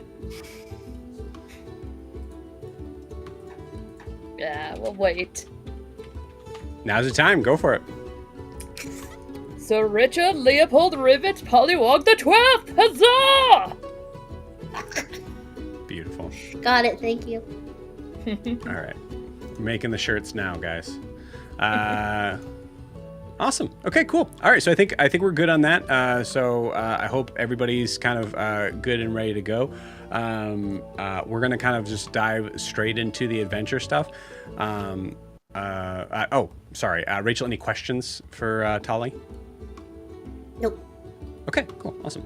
How do you guys feel about taking a break now? Do you guys want to take a break now, or do you want to take it later? I'm good with either option. I'm also good either way. Okay, cool. Let's get started, and then we'll kind of take a spot and move from there if that's cool. I just have a quick question. Sure. I was testing out the rolling dice on the character sheet, and I don't know how to delete it now. Let's see. There should be a clear right next to. Well, it goes away when I click off the dice, but it's there now. Oh, I see. It might just kind of rack up to your sheet to kind of show you like the history of the rolls that you had. Okay. But if you hit Alright. duality, it'll go to the new one. All right. Okay. I think it shows the last 3. It looks like. All right. Okay. So it'll go away then. All right. Awesome. So I just ignore that. Sorry. No, you're totally fine. It's great. Mm-hmm. Cool. All right. You guys have been waiting long enough. First off, just last sort of moment. Any questions at all? All right. You guys ready to play some Daggerheart? Yeah. Fuck yeah. Let's freaking go.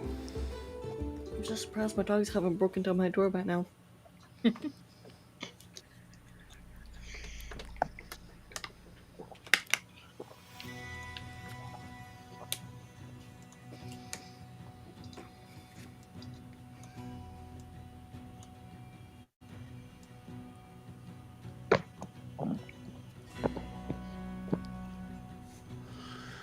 All right. So, something I should explain for everybody who's jumping in now and watching and listening.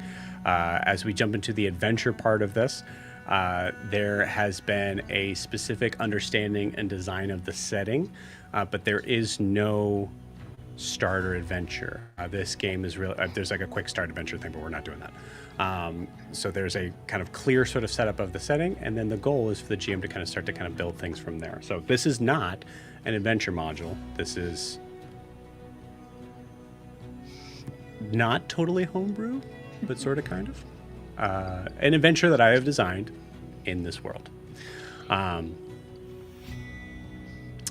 going to read something off for you guys.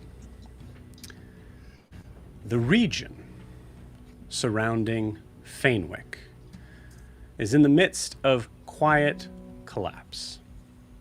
Once under the rule of the Haven, a proud city founded on divine law and order, the land has been left rudderless after the people of the Haven turned on their own god of justice, Estara, the Right Flame, severing themselves from divine authority in an unprecedented act of rebellion. In the years since, the world has begun to unravel. Divine magic has withered. The law no longer holds sway. And the wilderness has surged forward to reclaim what civilization abandoned. Chief among these forces is the Witherwild, an ancient, sprawling forest that feels sentient. Its trees grow too fast, its paths shift, and its creatures are strange and unwelcoming. Fainwick, a once rural township on the forest edge, has been mostly abandoned and is now half swallowed by roots and ruin. At the heart of this transformation lies Nicta, the Great Owl, also known as the Shepherd of the Seasons. Nicta once maintained the natural cycle of the land, growth and decay, planting and harvest, by watching over Fainwick with two divine eyes, the sowing eye and the reaping eye. But in desperation to mass produce a rare red flower that could cure a now spreading plague, the Haven army invaded Fainwick and plucked out Nicta's reaping eye. Now, Nicta watches the land with only the sowing eye, forcing Fainwick into an eternal spring. What once seemed like a blessing has become a curse. The forest grows without restraint. The seasons no longer turn, and unchecked fertility has twisted the land into something wild and dangerous. Amid this overgrowth spreads serpent's sickness, a deadly affliction marked by a cracked scale-like skin, a choking dust-laden cough, and eventual petrification. It is said to have originated when the Havenites disturbed the remains of a long-dead serpent god, Shunaush, the granite Ophid. Or Ophid, maybe. But many now believe the Witherwild's endless bloom has worsened the spread. A cure may still exist. The Crimson Lady's Veil, a rare red blossom growing deep in the forest, but it is so scarce that few who search ever return. Our story begins in Greybow, a small and stubborn village clinging to the edge of the wilds, where sick travelers still wander in, and uneasy rumors grow like moss. Within its crooked fences and creaking timbers stands the Brier Tusk, a tavern built into the hollowed stump of a massive old-growth tree. Locals gather here to drink, barter, and quietly dread what the next night might bring. And it's here, in the dim light of the hearth, and the whispered talk of cures and curses, that our journey begins.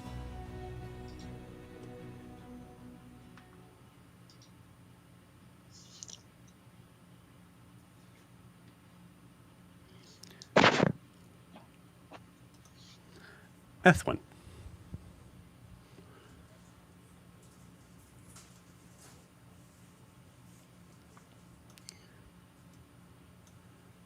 As we see a door to this rusted, broken down,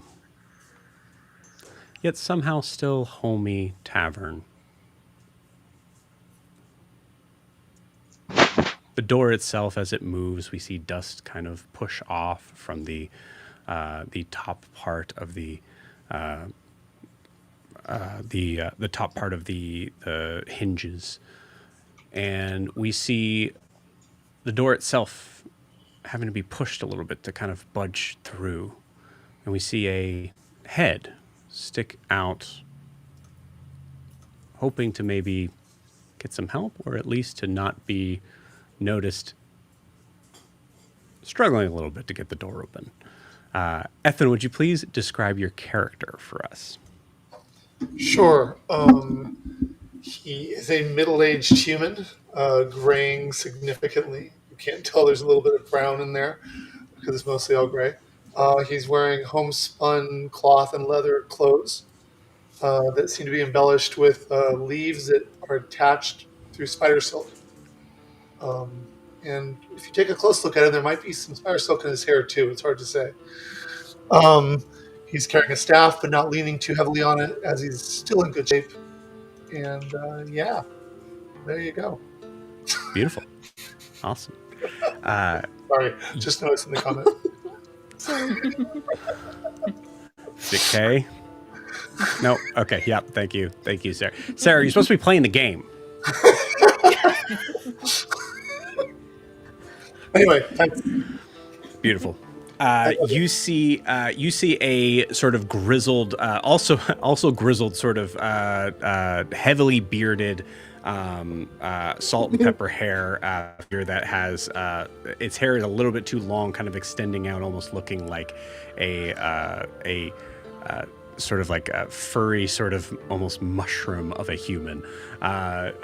Comes up and goes, "Oh, sorry, that needs to budge a little bit," and helps to kind of wrench the door open for you to be able to walk in.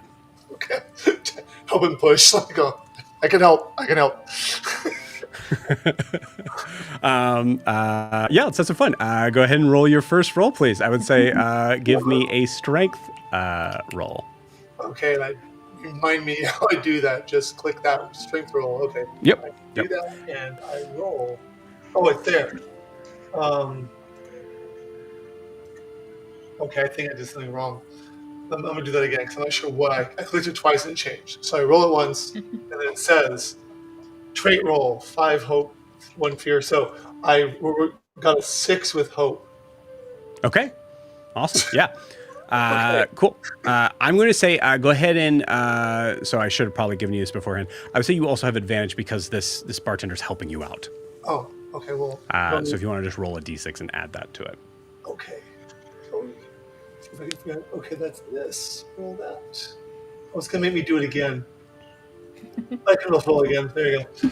I'll take that. A 19 with hope. Okay, cool. What was the d6 itself? Because we'll say we were just adding. Okay, that. the d6 was a 1, so I guess a 7 with hope. Okay, cool, awesome. So with the Can 7, I add a hope to my character?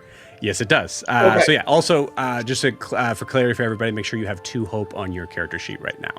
As it starts.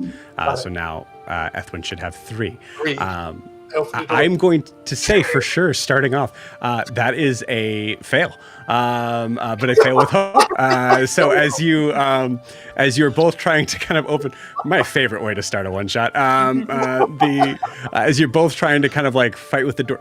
No. Yeah, you pull a little bit and then So I pull. and then you pull. Yeah. Okay. Okay. All right. And we see this struggle going on for a few moments. Moving into the bar itself, we see a figure that is sitting at probably maybe their own table, probably trying to kind of get a scope of the land. Sir Richard, could you please describe your character to us?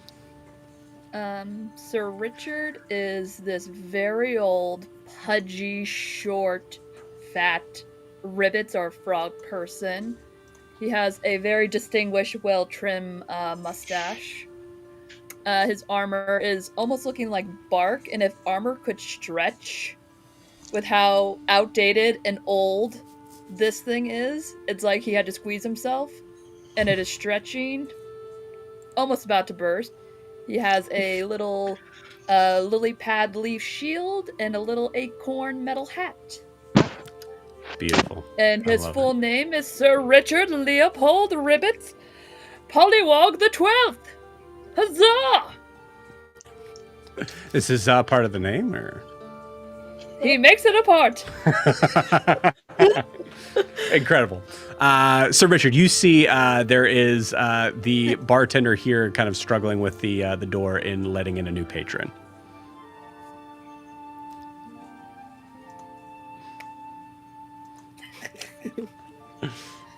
What would you like to do? Sir Richard may not be able to see this because he has maybe glaucoma in his eyes, because he is a very old man across the room. Okay. But he will yell, "My fine sir, may I be of assistance?" Yeah. Oh, no. No, I can help. I'm not dead yet. Sir Richard, I'm going to say, as you said, you were kind of at the other end of the bar. Go ahead and roll me as you are moving your way through. Go ahead and roll me a agility check to be able to meander through the crowd of people that are here without bumping into them. Make way, coming through. Oh shit. Up. I got a 10 on the fear and a 1 on the hope. Okay, so 11 with fear. Yeah, just Okay. bursting all through the like pushing and knocking down tables. You got it. Okay, great. Excuse me, pardon me. Cool. As you were moving through to try to help at this point, one of the figures that it's possible, Richard, that you saw them somewhat, but to be honest with you, there's a little bit of there's a piece of them that kind of makes it a little bit harder for them to be able to kind of move out of the way in time. As you do bump into a rather interesting looking figure, a heavy shell on their back. Tali, would you please describe your character? So Tali is small for her species. She has a like seafoam green, like very soft cloak that has a hood, covers a lot of her face and drapes over all of her body. She has an axe that is too big for her and is kind of awkwardly strapped to her back. And you can see her sitting there. She has her hands in her cloak, kind of just sitting tensely at a table, her eyes darting around. She just looks ill at ease, but also kind of hopeful that she'll be able to talk to someone. So it's not an ill at ease that she's not purposely being socially repulsive. She's just very socially anxious. Beautiful. I love that. So cool. she's watching everything that's going on in the bar. Yeah. I love that. I will say, I'm going to say for the idea of like what you're trying to seem like approachable. I'm going to say, Tali, go ahead and roll me a presence check first. And that's a D12, right? That's 2 D12s. So one of them's hope and one of them's fear. You want to make sure you know which one's which. I got a 7 with fear. Okay, you got it. Cool. With a 7, I will say in the process of, and I will say just because this is a new sort of system here. Oh, that's not what I wanted to do. Oh, dang it! Did I just get rid of it? Really? Okay, I'll fix it later. To make a die here. Someone remind me the red die is the fear. Okay. Cool. Yeah, with a 7, so just to kind of like remind people above board, like so 2d12 is what you're rolling, right? So the highest you can get is a 22. So it's actually a little bit of a higher range than you would for standard D&D. So with a 7, I will say, Tali, no one seems to really be coming up to you. You've a couple of kind of like nods and like but like as soon as you open your mouth, they've turned around. As you're kind of like making yourself sort of available at this, and you're kind of like wondering like maybe I should make kind of the first move, is when you feel that bump. And I would like you to give me a finesse check or a finesse roll. That is an 18 with hope. Beautiful. Cool. So go ahead and add a hope. 18 is for sure a success there. As you are kept from being like kind of toppled and bowled over by Sir Richard. If you want to describe how you're able to do that. Well, she has her shell. It's really unfortunate if she ever gets trapped on her back, but absent that, if she's smooth enough, she just kind of like rolls back. Wobbles onto it. I love that little weeble wobble. Very cool. Cool. So Richard, you push past. You did not see Tali as you're moving to kind of help with the door. Go ahead and roll me I'm gonna say roll me a strength check.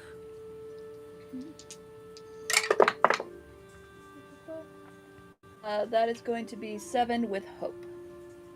Okay. Oh wait, plus strength plus 2, so that's 8. You said you rolled a 7, right? Yeah, so God, math. That's okay. So it'd be 9. Would you say, looking at the concept that you have for your on guard, so making someone attack him instead, that's a little bit of a stretch. Never mind. Cool. Yeah. All right. Cool. So, a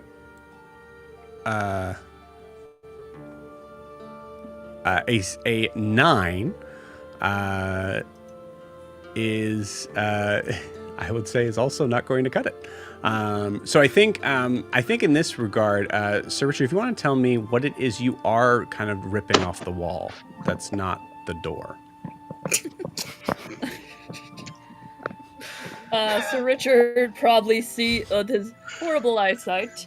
Richard may think this is the door, but it's actually the like a mounted head of something. And thinks it's the person holding the door. Sir, I am here to help you. Oh my God! Someone get this man medical attention. Beautiful. There is a flicker fly, which looks like a dragonfly about the size of a horse. A flicker fly head gets popped off of the wall. So Richard, as you're dancing a little bit with it, immediately wondering if this is in trouble.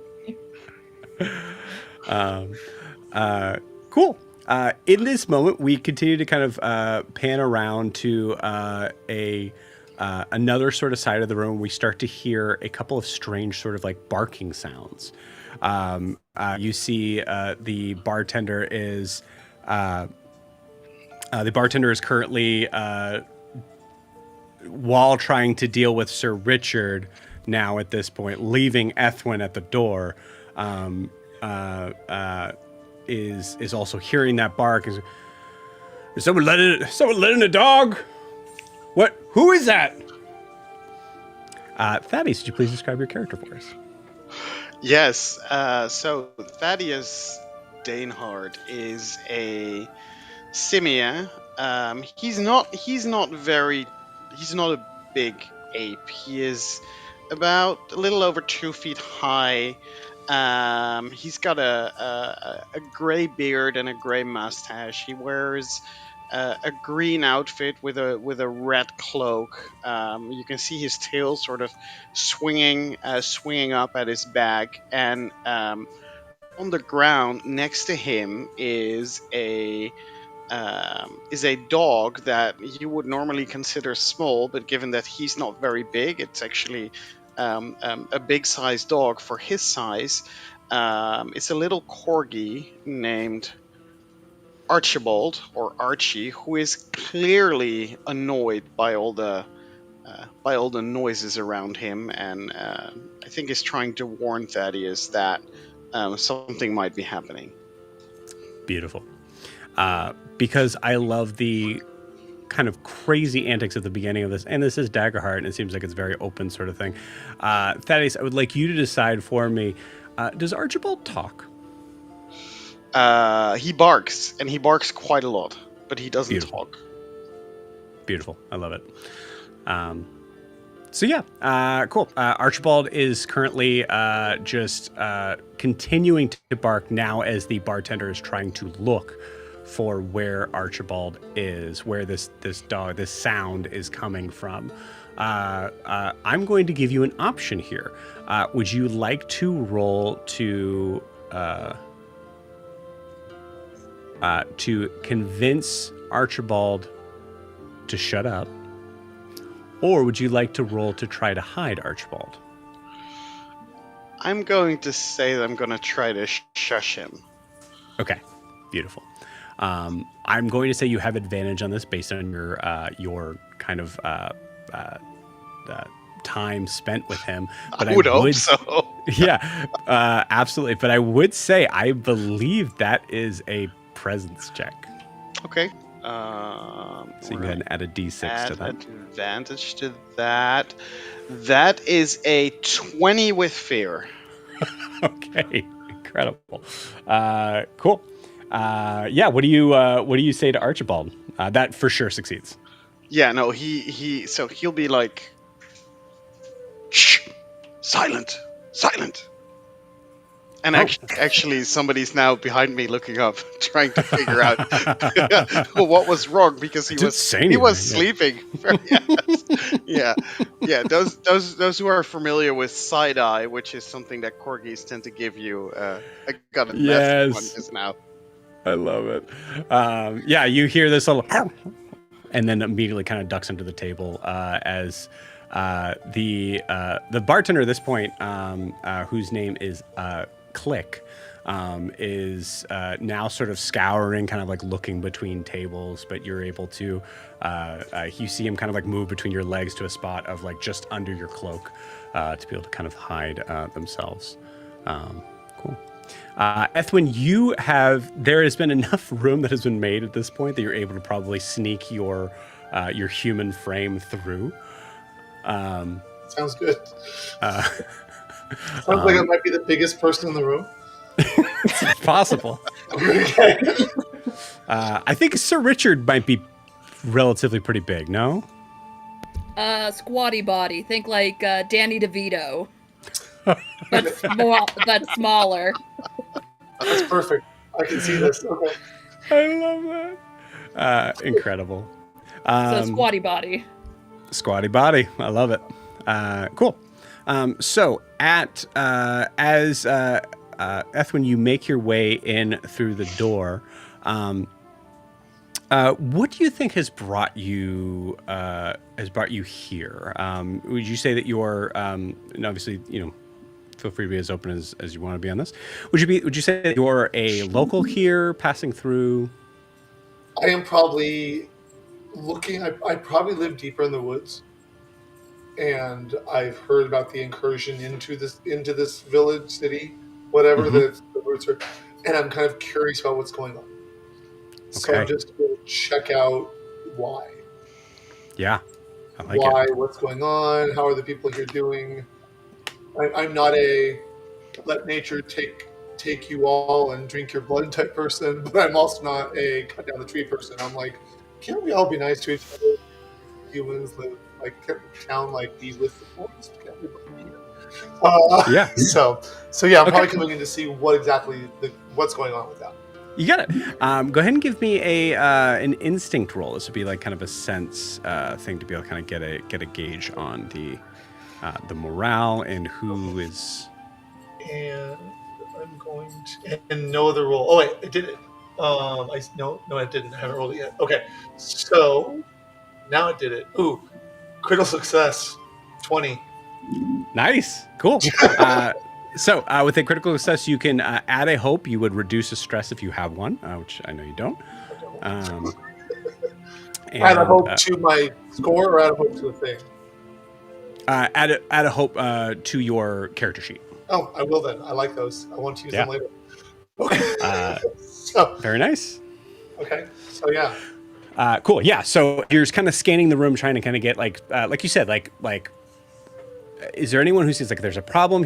Might be a problem here. What's the morale of this area? Like, is like kind of getting a gauge of like how much, based on the information that you've been given over the course of the past few weeks, coming from most like, would you say that you've come from the Wither Wild? Like, are you like full like I don't know if it's Wildborn, whatever it's called. Like, are you? Yeah. Okay. Cool. So you might be from the Wither Wild. I'm from there. Like small community, lived in there, and now that's going crazy. We're like, I wonder what's going on outside. So like, beautiful. We haven't been out. We're just in there. Cool. So this is me going, oh, building. I've heard about these. Hence my low knowledge. High instinct, low knowledge. Incredible. Cool. But I don't know if I can because I forget exactly how to use the experiences. But see the small things. I want to see if there's any natural incursion into the building. Yeah, I would say. So that might have been something that you would have probably added beforehand on this. Oh, that's what I did? Okay, I wasn't sure. No. Yeah, and I'm just saying, so rules is written. We're going to handle that real quick. I wasn't sure I was using the instinct. I totally would have let you roll it now.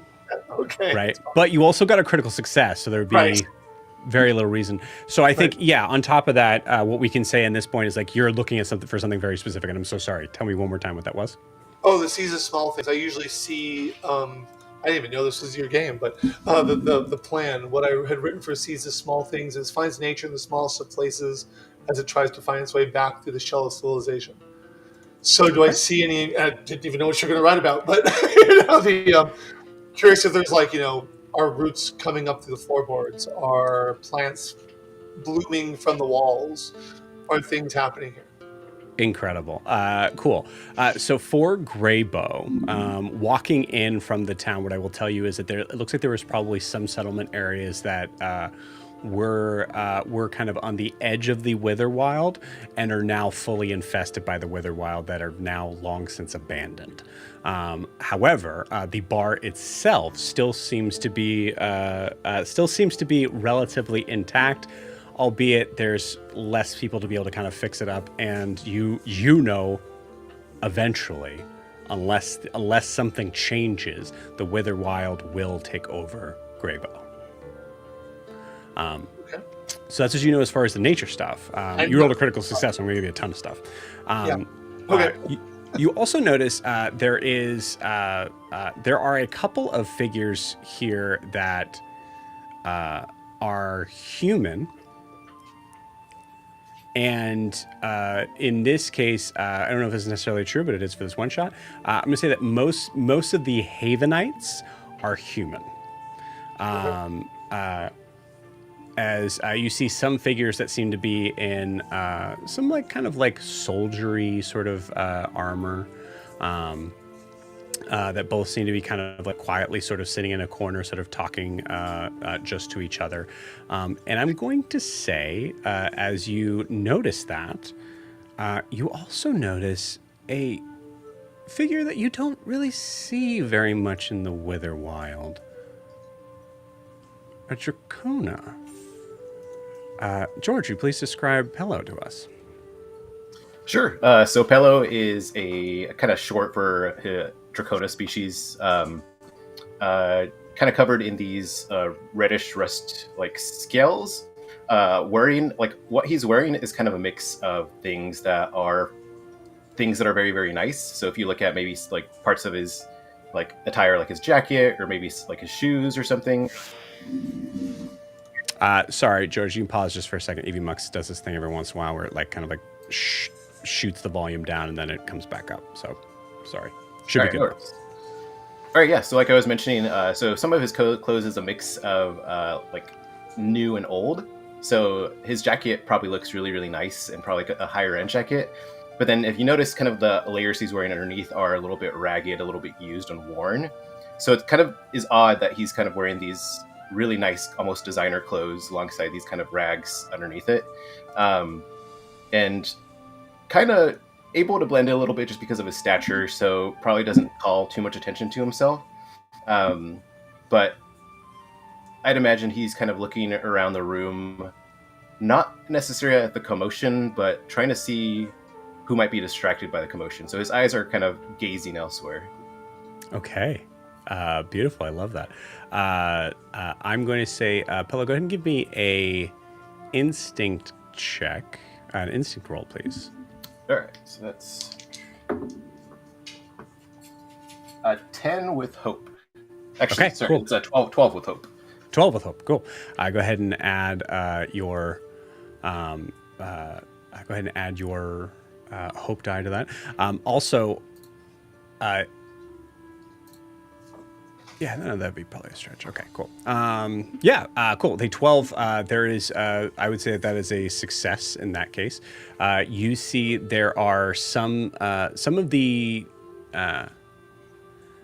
two figures that you see that are kind of deep in conversation are not distracted by this thing that's happening with Sir Richard. However, there is another figure that you see. Let me just make sure I put his name correctly. That is only sitting maybe like 3 or 4 chairs down. That is immediately enthralled with this ribbit. This is. I'll pull up what he looks like here in a second. But he is also human. He also seems to be wearing soldier-like armor, but he's not sitting with the other two.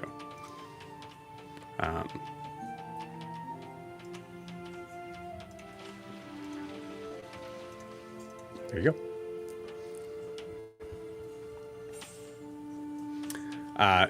Pella, do you do anything with this information? So kind of noticing, you said he was kind of focused on what was going on, right? Like on the distraction. Yeah. So Pella's going to kind of try to wander over and kind of slip on in between people and try to get as close as possible to this guy without touching him. And is just going to kind of feel around what's in his right pocket. Just kind of slips his hand in slowly, see if there's any loose gold or change. Not go for anything too hard to get, but anything that he might have carelessly left along. I love it. Right out of the gate. Big swings. I like it. Cool. Pillow, go ahead and roll me a finesse check. And I would say, I won't normally remind you guys of this, just to keep in mind, so make sure you guys keep track of this. But I would say this is definitely something you could use Sly for. Oh, nice. Your experience. All right. Let's see. So that's a +2. Mm-hmm. You would spend a hope to use that, so just make sure you're doing that. Okay. Yeah, I'll go ahead and do it. So that is a 16 with fear. Oh yeah, cool, awesome. You managed to grab a. Oh, I'm gonna have some fun with this. You managed to find a handful of coins and something else. A small kind of like marked kind of like almost like cocktail napkin size of what looks to be a map of something. You're not entirely sure. Interesting. Okay.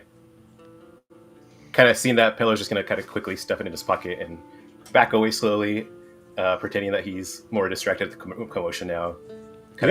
Yeah. I think I'll give you this with the the fear part of it. You realize you could take the handful of coins or this map.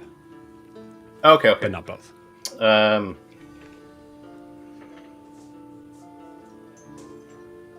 Pella's a little bit of a nerd. Pella's gonna take the map. Cool. Got it. Awesome. Sweet. You grab the map. I think it's up to you, but I think like Pello, you kind of like pocket it and like full on like that. You're a professional in regards to this. Like you don't like kind of like open it up immediately. You're kind of like walking off to a space there, right? Yeah, I'm just kind of trying to hide it. Try to hide the fact that I did anything. Awesome. Cool. So this will be a full, like, kind of like contested thing there. Can you remind me what you rolled on your finesse, I believe? That was a 16 with fear. 16 with fear. Okay, cool.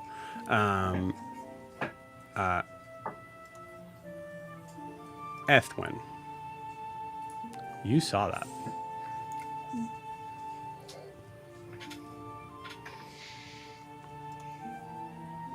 I don't care.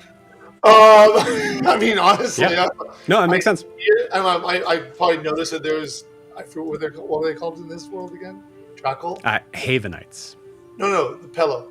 What's he called? Oh, Dracona. Dracona. Right? Or Yeah, Dracona. I probably noticed that, and I see what happened. I'm like, I'm new here.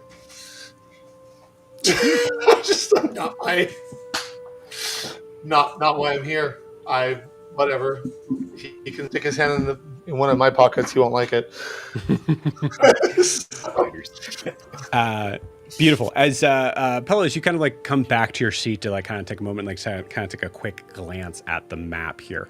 I'm going to say, go ahead and give me a knowledge check. I'm going to say the DC is 20.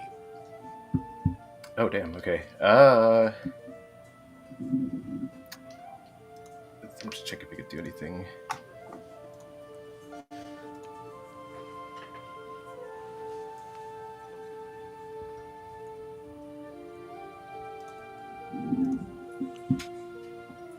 All right, so I'll just go ahead and roll that. Oh, nice. This is 20 with hope. Actually, what's the modifier again, or the? It would be knowledge. Yeah, 20 with hope. 20 with hope. Beautiful. Cool. Go ahead and add that hope there. I'm going to say, with hope, you see it is a map to something in the Witherwild. Something that is for sure overrun at this point. You can see like a map kind of going from Greybow into this place here. You know it's overrun with the effects of the Witherwild. And you know in regards along that it is also probably very dangerous. That's it, though. You don't know any sort of specifics about it. As you're like taking this moment to kind of like think about like why would this Havenite have this map of something that has long been taken over by the Witherwild. You notice somebody in what I imagine to be the farthest corner of the room. Someone who should be having a burnt hand from the absent-minded petting of what looks to be a cat on fire. Harper, could you please describe your character? I imagine that she's currently sitting down, trying to relax. You see a redhead with curly hair with cat ears on top of her head, very fluffy. And she is wearing leather armor and a green cloak that you can see that, she's traveled a lot throughout her life, but she also tries to keep herself as clean as much as she can. She has freckles all over her face, and there is a small scar across her nose from her battles of traveling. And then alongside her, she is short, about 5'3", just to keep in mind. And then alongside her, you can see her cat, her elemental cat named Ember, just trying to not freak out from all this chaos that is happening. So Harper is trying to calm down her cat, Ember. Cool. Harper, is there a possibility here as you are trying to kind of calm the cat down? Is there anything that you're reading or have near you at this moment? I do have my small leather notebook, a very detailed leather-bound notebook with my spells that I do time to time just look over, trying to memorize everything. Okay. One thing I will give you, Pellos, with that 20 with hope, is that it doesn't give you necessarily information that you wouldn't have, but it does give you an understanding of the person who may have that information, as you see what is clearly a wizard in the corner of the room. Okay, yep. Pello kind of knowing quite a bit about wizards just from his experience and background. We'll probably notice that she has like her book and everything is kind of has the disposition of a wizard. We'll walk over, kind of facing like the nearest wall, and just kind of like whisper, "Hey, you! I need your help. Can you come over here?" What is it that you desire? I found this map, and I'm a bit lost. I know it's somewhere in the Witherwild, but I know nothing about it. I'm pretty new into town and this area. Do you know anything about this? Is this even the right direction? And she's going to hand it over to her. Okay. Harper, give me a knowledge check. If you'd like to use your world traveler experience, you certainly could. Okay, so do I have to get rid of a hope if I were to use that word traveler? Yes. Screw it, let's do it. So I just click that, minus the hope, and then roll knowledge. Yep. Okay. 7 for hope, 1 for fear, so 12 in total. It's a hope. 12 with hope? Okay, you got it. So in the idea of using that kind of experience that you have here, you only gain a little bit more here. It's not been very clear the specifics surrounding what this place looks like now, or what it's. You're not even necessarily entirely sure what its original reasoning for being here is. But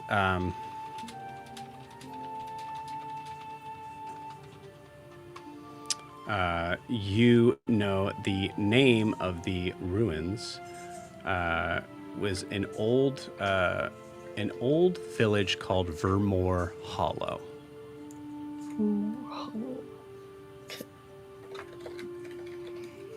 Alright. Is that the only thing that I know of? Yep. Okay. And you said with hope, so go ahead and add a hope back. Awesome. Okay. Alright. Well, what is your name, sir? Oh, sorry, I forgot. My name is Pillow. Well, Pillow, I'm Harper. The only thing I can tell you about this map, I can't say for sure, but the only thing I can say for sure about the location is that it is ending in the area of Vermore Hollow. Did I say that correctly? Vermore. Vermore Hollow. Sorry. That's okay. Vermore Hollow. And then Pella's going to try to rack his brain. I don't know if with his experience he has heard that name before, at least, or has an idea of any history about it.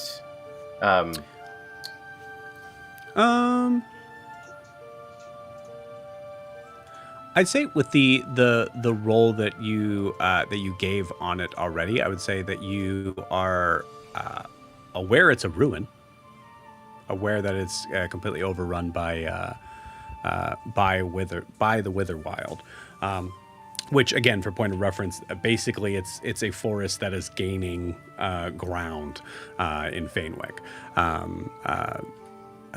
forest jungle kind of vibe. I will say, give me.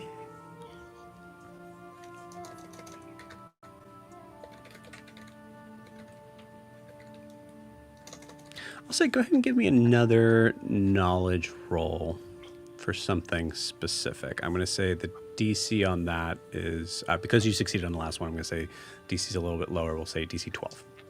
Okay. Oh, that is a 23 with fear. Jeez. Okay, cool. Pello's the one bringing it. Got it. With fear? Yeah. Cool. All right. Cool. So with that, you know that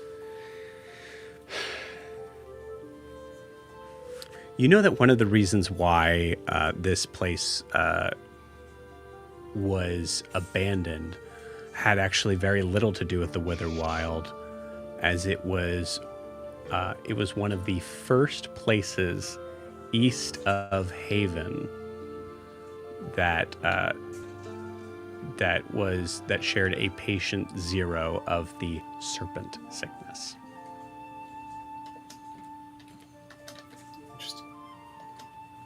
Right, Pelo's gonna tell Harper. Thinking back on it, I think I've heard of this place. This is where it all started. This is where all of that petrification started.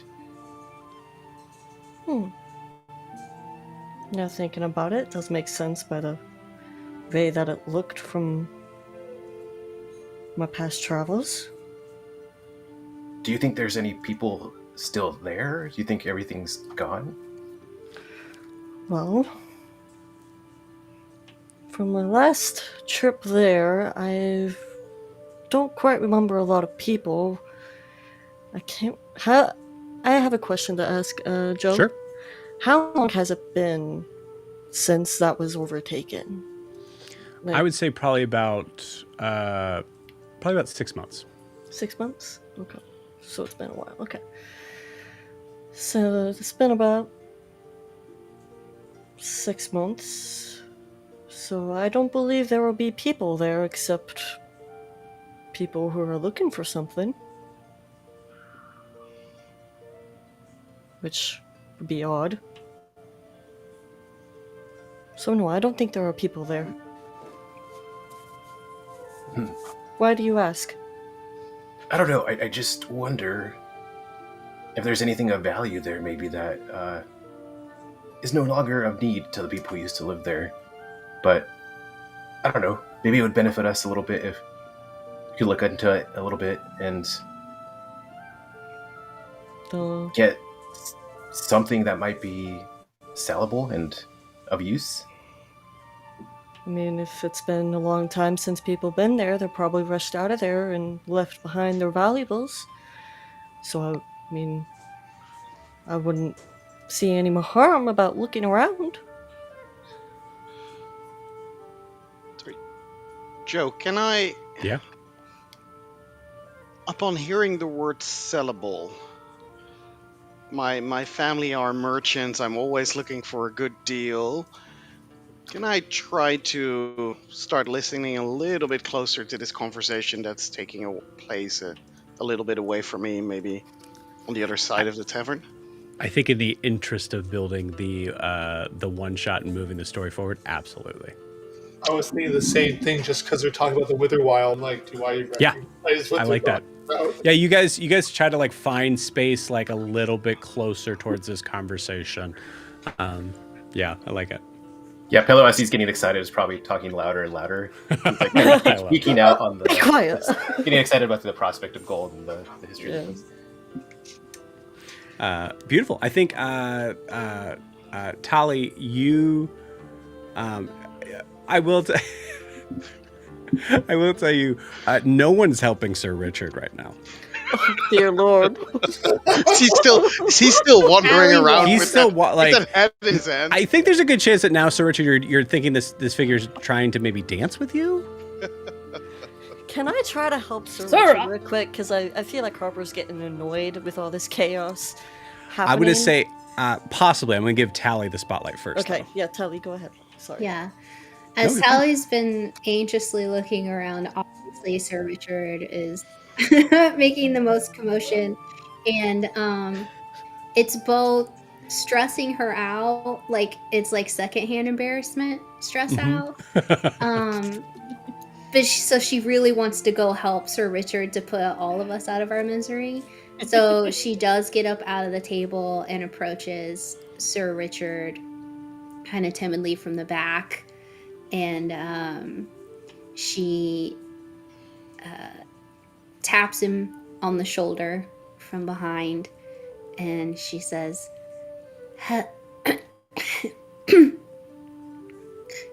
Sir? Sir? Excuse me, sir, or madam, I do not wish to dance with you. He's saying this to the head on the wall. And Sally What? just What? goes, "Oh, What? God. What? Sir? What? Do you...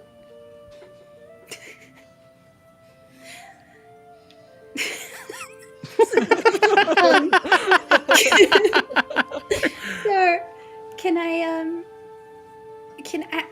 just help you with that very quickly? And she tries I've tried to tell the sir, madam, I am not interested in dancing. Perhaps you should let go. What? Squints his eyes. Just Oh! let go. I meant to do that! I thought I was testing you all! Yeah. I thought so. And this young lady is the only one who intervened. Shame on all of you! You see a couple of the other patrons just go and continue their conversation.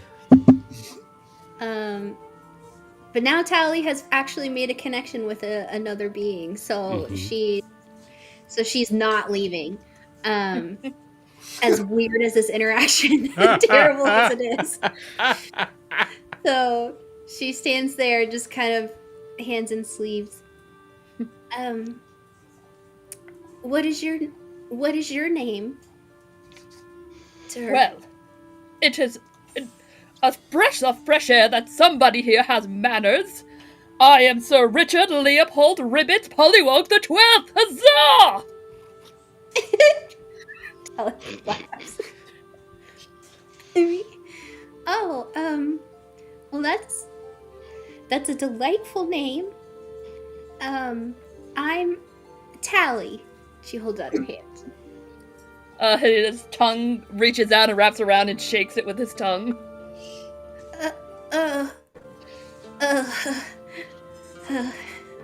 Okay. And then she hand right back in her sleeve, never coming out again. Beautiful. In this moment here, so Pello, Harper, Thaddeus, and Ethwin, you guys are kind of somewhat sort of close together. Both of you, Ethwin and Thaddeus, are trying to kind of listen in on the specifics on Pello and Harper's conversation. Sir Richard and Tally are closer towards the door. Sir Richard and Tally, I need you both to roll me a instinct check as you hear a commotion outside. What is it? Instinct. I got an 18 with hope. Wow. Is that an instinct? Okay. Roll. That is a 8 in fear. 8 with fear. Got it. Okay. Cool.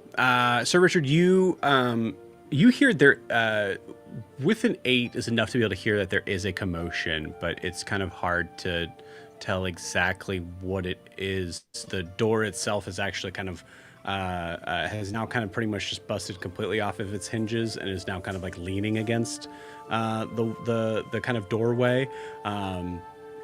It also kind of seems like the wood itself may have grown a little bit more on the door to kind of push past the doorway in recent months. That has made it so difficult to open. So you hear there's some sounds of distress.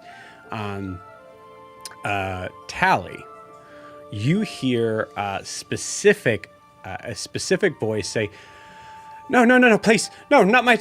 No, I understand, but where are you bringing her? Okay. Okay.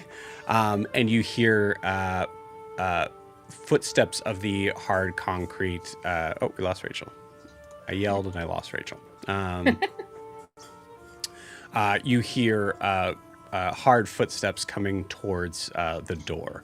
And then Sir Richard and Tally, you both hear like heavy, hurried knocks. Do you need to hear that again, Rachel? Rachel, you with us? I think she's frozen. No. Yeah. EVMX is being bad and things keep freezing up. Okay. Can you hear me?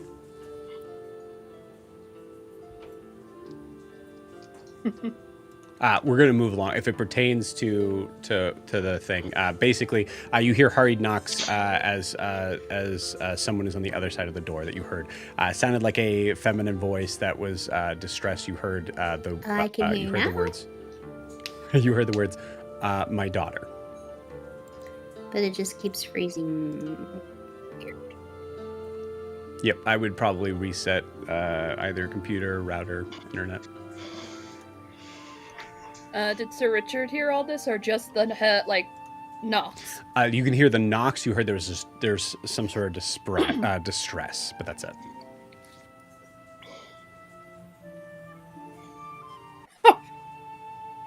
What an establishment! No one can open this door at all!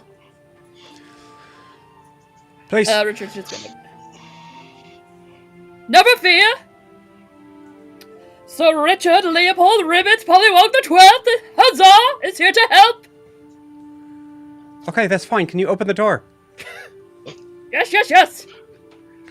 Give me another strike check. Let's see if second time's the charm. Please rip it off. Oh, shit. Dropped one. Oh, thank Christ. Strength, 2... 21 on hope. 21 with hope. Cool. Go ahead and add a hope. As you are able to lift the door, as it is completely off of its hinges now, but it was probably like that to begin with. And you see a figure standing in the doorway, very distressed. You see kind of like eyes are a little teary. As she is looking around, kind of like blinking as the light is changing into this dark bar. Hi. Can I come in? Of course, of course. Are you in need of assistance? Yes, I would very much like to. I'd very much like to come in and try to. Yes, excuse me, and tries to kind of move past your form. You see, so like deep kind of red hair, somewhat of like a younger face. This person could be in there like probably like mid to late 20s, seemingly human. Thick green scarf that's like kind of covering most of the neck and shoulder area, and you see the cloak that is around her actually has what looks to be like living moss on top of it. You can see that there are a number of like small little tiny like vials that she has in this sort of like almost like a pocketbook type of thing, like a little satchel. And like I said, she looks like teary-eyed and very worried. There was a pretty decent commotion here, so I will say in this regard, anyone who wants to hear this could hear this. This young lady needs assistance. Okay, all right, yeah. Okay, you're shouting. Hi. Oh, this is weird. I don't mean to address you all, but I need.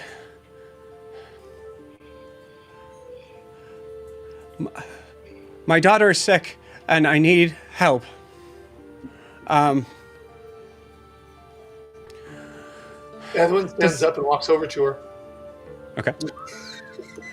Does anybody know where there might be a Lady Crimson Veil?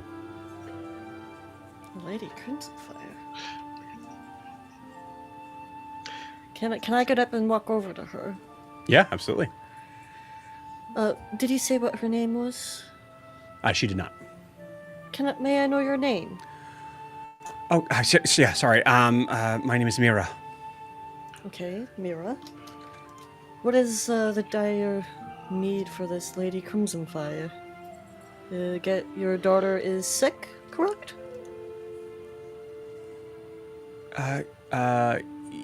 Yes. Anybody who wants to roll a knowledge roll can on this. Can I roll one? Yep, anybody. I'll roll one as well. Anybody who thinks they would know something about a critical flower. Success, 20. Ooh. Beautiful. Who would know anything Nice. about Let's go with him. Joe? Who would know anything Yeah. about what? You would definitely roll for this. Something basically something about flora and fauna and Witherwild. Oh, okay.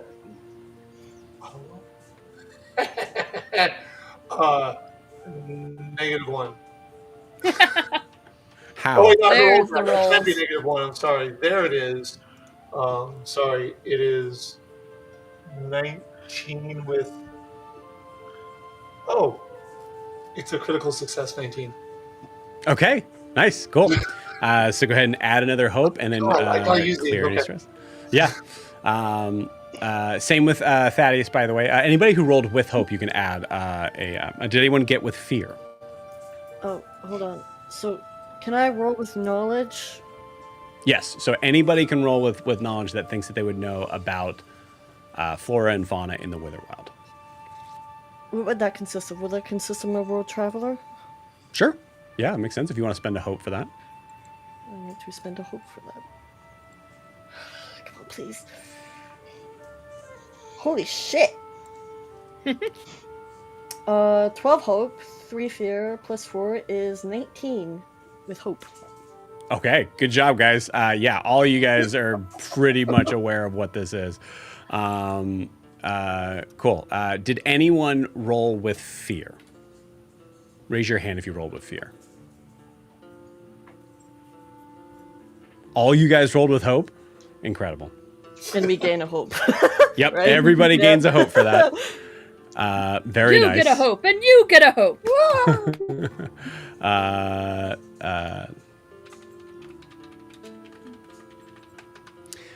Cool. So I will say pretty much generally to everyone, did anyone roll below a 12? No? Okay, cool. So for all of you, you would know the let me make sure I called this the right thing before I move on.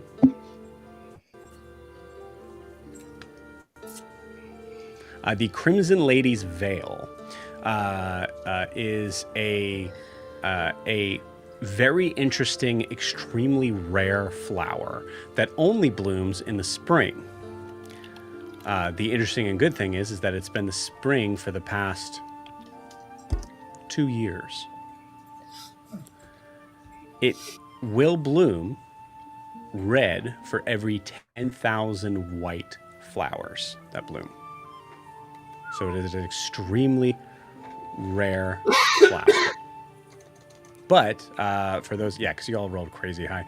I'll say for everybody who rolled 15 and up, you know that it has healing properties specifically for a very specific sickness, serpent sickness.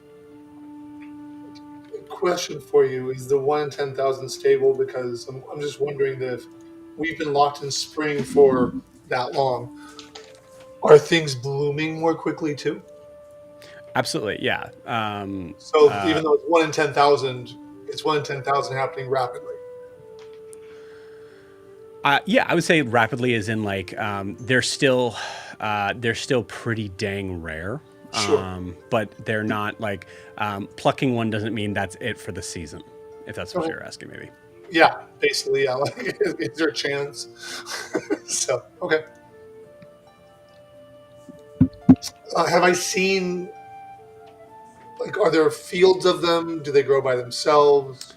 You've seen a ton of Ladies' Veil, which are the white ones. Okay. You see them all the time. You have never seen a Crimson Ladies' Veil. Okay. I'll just say I've seen the white lady's veil within the forest. Yeah, that tracks. But I've heard where one might be. Oh, where?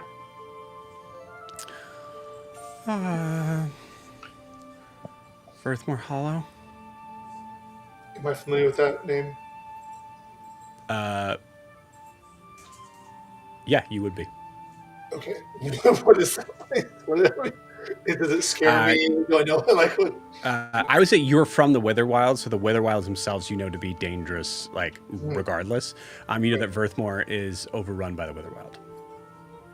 Above board, it is the place that was already mentioned here as the ruins. Right, but I wasn't sure if I knew Yeah. where that was. I think you would have a general idea of like a place that no longer exists as far as civilization is concerned. So I probably I hear that and I look in the direction where it should be, just in that direction. And I go, okay. I'm sorry, did you say Vermeer Hollow?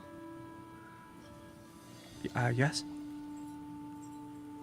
Hello. Are you there, Pillow? Where are you? Oh, yes. Pillow's probably still looking at the map. Come here, Pillow. Cool. Can I ask where you got that map? Yes. I found it on this. I just point over at the guy and I'm like, over there. Okay. Ah, Did you say that out loud? Yes. say no more.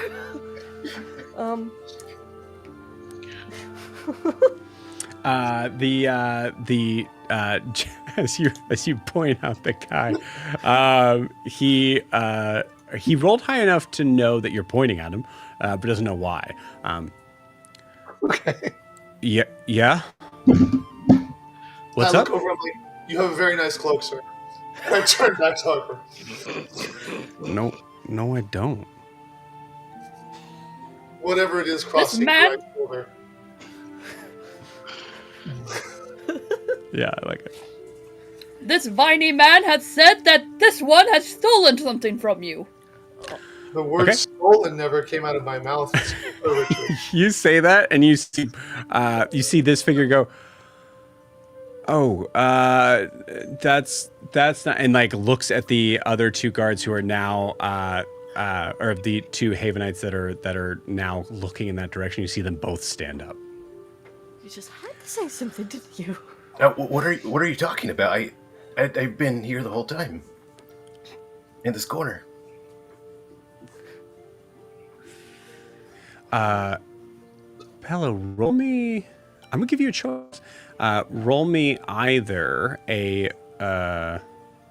Sorry, I'm pulling up a bunch of things. Where's your sheets? There you are. I'm gonna say roll me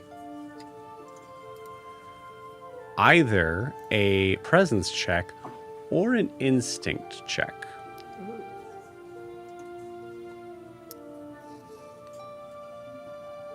Oh, let's do instinct. For the checks, it's still like an instinct or a duality roll, right? Yes. Okay.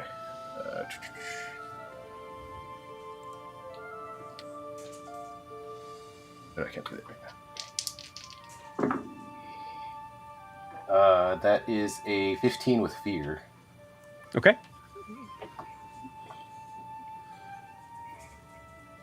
You got it.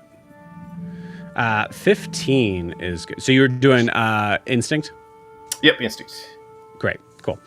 So a thought kind of occurs to you of like, okay, I could try to kind of play this off like I wasn't there and I didn't do this.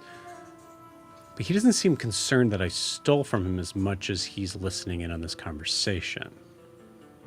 And as you think about that, you see the other two guards kind of come up and,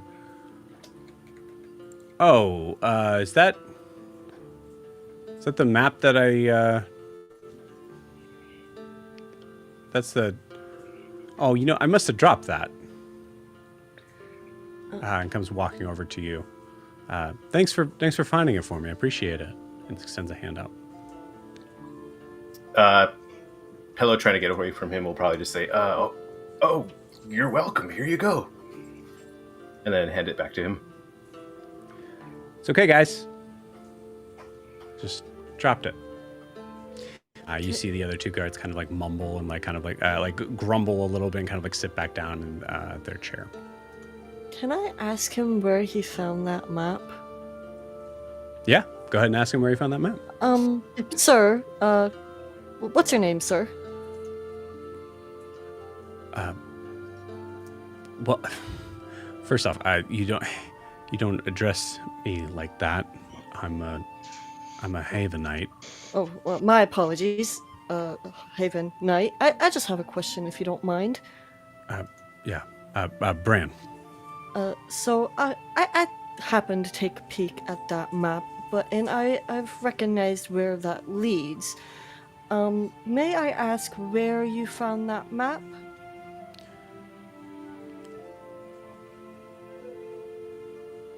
No. 'Cause- well, sir. Oh, sorry, Haven Knight. You see, this young lady, Mira? Mira, yeah. Miria, her daughter is sick, as you might have heard, and she is looking for a Prism. How do you say it again? Uh, Prism Lady Veil? Crimson Lady Veil. Yeah, Crimson Lady Veil. And I'm just wondering if you knew the contents of what leads to the end. If you might be willing to divulge that information, that would be very helpful. I'm willing to keep a secret. Sorry for your... What? I'm willing to keep a secret. Just between the two of us. No one has to know. Roll me a presence check. Okay. Is there any way I can give her advantage? Ooh. You could try, yeah. Tell me how you're giving advantage. I want to see how Sir Richard would do that. Yeah. I'm curious too. Also, reminder, so for those that are giving advantage, you spend a hope to give advantage to help an ally. Okay, I can do that. Are you not going to help this woman in need and you call yourself a knight? Okay, I'll give it to you. How do I add that to the roll? So you're going to add a very d6 subtle. to this roll. Oh, D6. D6. How? So I just add it to that? Yep. Okay. So of hope, fear, and a D6 die. Okay.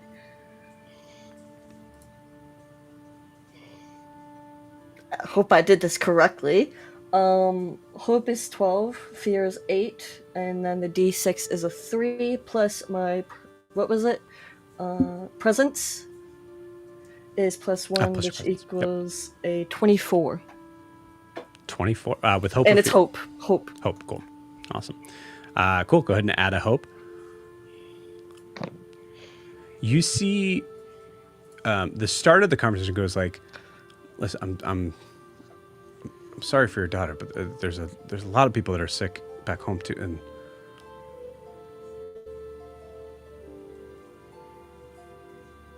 A lot of people. yeah, okay. You need help? You need yeah, I mean it's my job to help people, so yeah. I can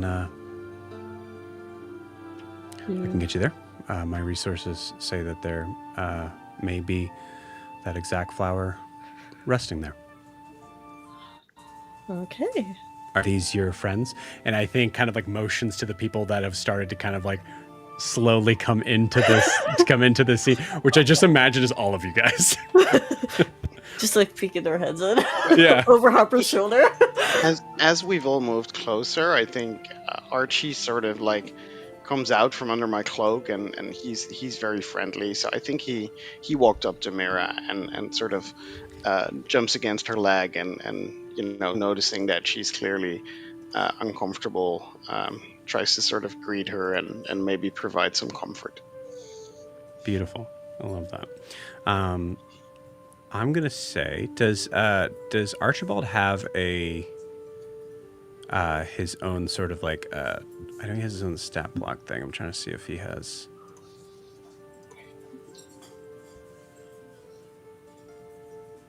Wow, cool. So basically, yeah. So it's like it'd be your things. These are just experience you can use from him, I assume. Yeah, I assume that I can use his friendly as sort of. Yes, absolutely. Yeah, I'm gonna say give me an instinct roll. And if I use the friendly on that, I get advantage, but I spend a hope, right? If you use friendly on it, Wait, okay. On a success with hope, if your next action builds on their success, you gain advantage on the roll.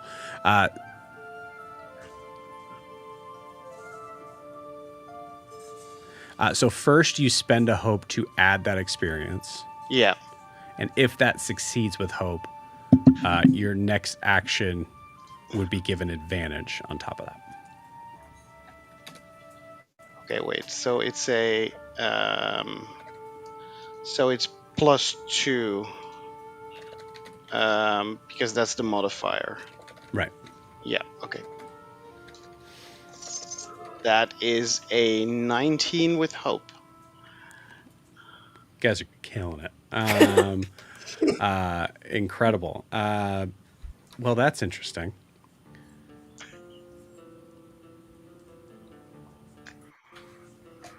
I'm going to give you this.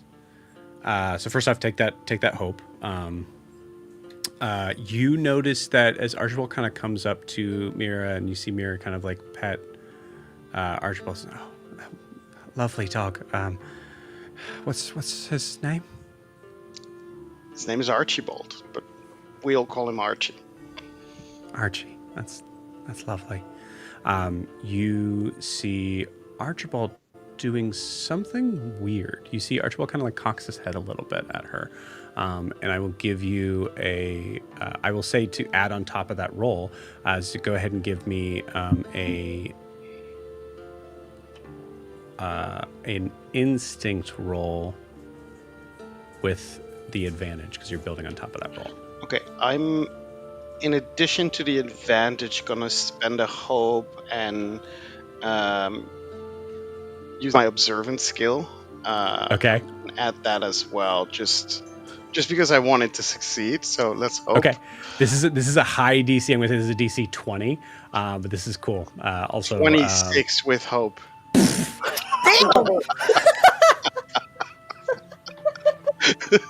Yeah, it's interesting. Cool.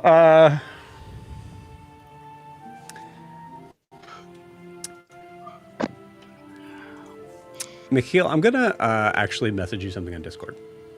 cool. Let's keep it a secret. The dog whisperer. I want to say, Sir Richard's going, Sir, your little small child is attacking that woman. Oh my god.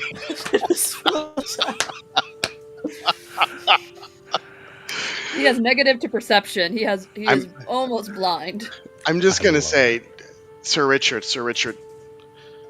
maybe wait a little bit as we try to have a conversation here, because I've heard your name 17 times now. I don't think any of us have missed it. Of course you heard my name.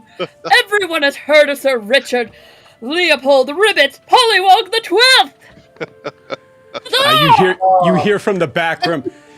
If you shout that one more time, I swear I'm gonna lose it. Calm down, sir. You! How dare you! What'd you say to me? And you see that figure get up, and you see Mira just go, Like, okay, maybe we should go. Okay, everybody, let's just take a breather. All right. I bet Sir Richard didn't mean any harm or anything to you. Yeah, go ahead. Go on your adventure, you frog. Mr. Richard. Then everybody in the room turns towards that guy. Just whoa. okay. Him saying that has changed things incredibly. Okay. Okay. Yeah. Hearing that, Richard will say, How dare you! On guard! And I'm going to, use my tongue and hit him with it, and it's gonna, slap. Like how you would slap someone for a duel. Sarah, this is good. This is really good. Cool. I'm just gonna say, for the sake of time, you do that, and because that's so good, I'm gonna say that's because that's perfect, that is an automatic critical success. The guy gets immediately slapped, knocked into his seat, kind of like unconscious for a few minutes. And just tongue goes right back in your mouth. Okay, so it looks like I have the right team, right? I believe so. Great. Tally, I don't think has talked yet because Rachel's internet broke. Right. But she is kind of standing off, almost in Mira's blind spot, like tucked away, kind of to the side and back, and she just goes, and she like taps her on the shoulder. Are you tapping Mira on the shoulder? Yeah. Okay. Oh, yeah. Hi. Sorry, I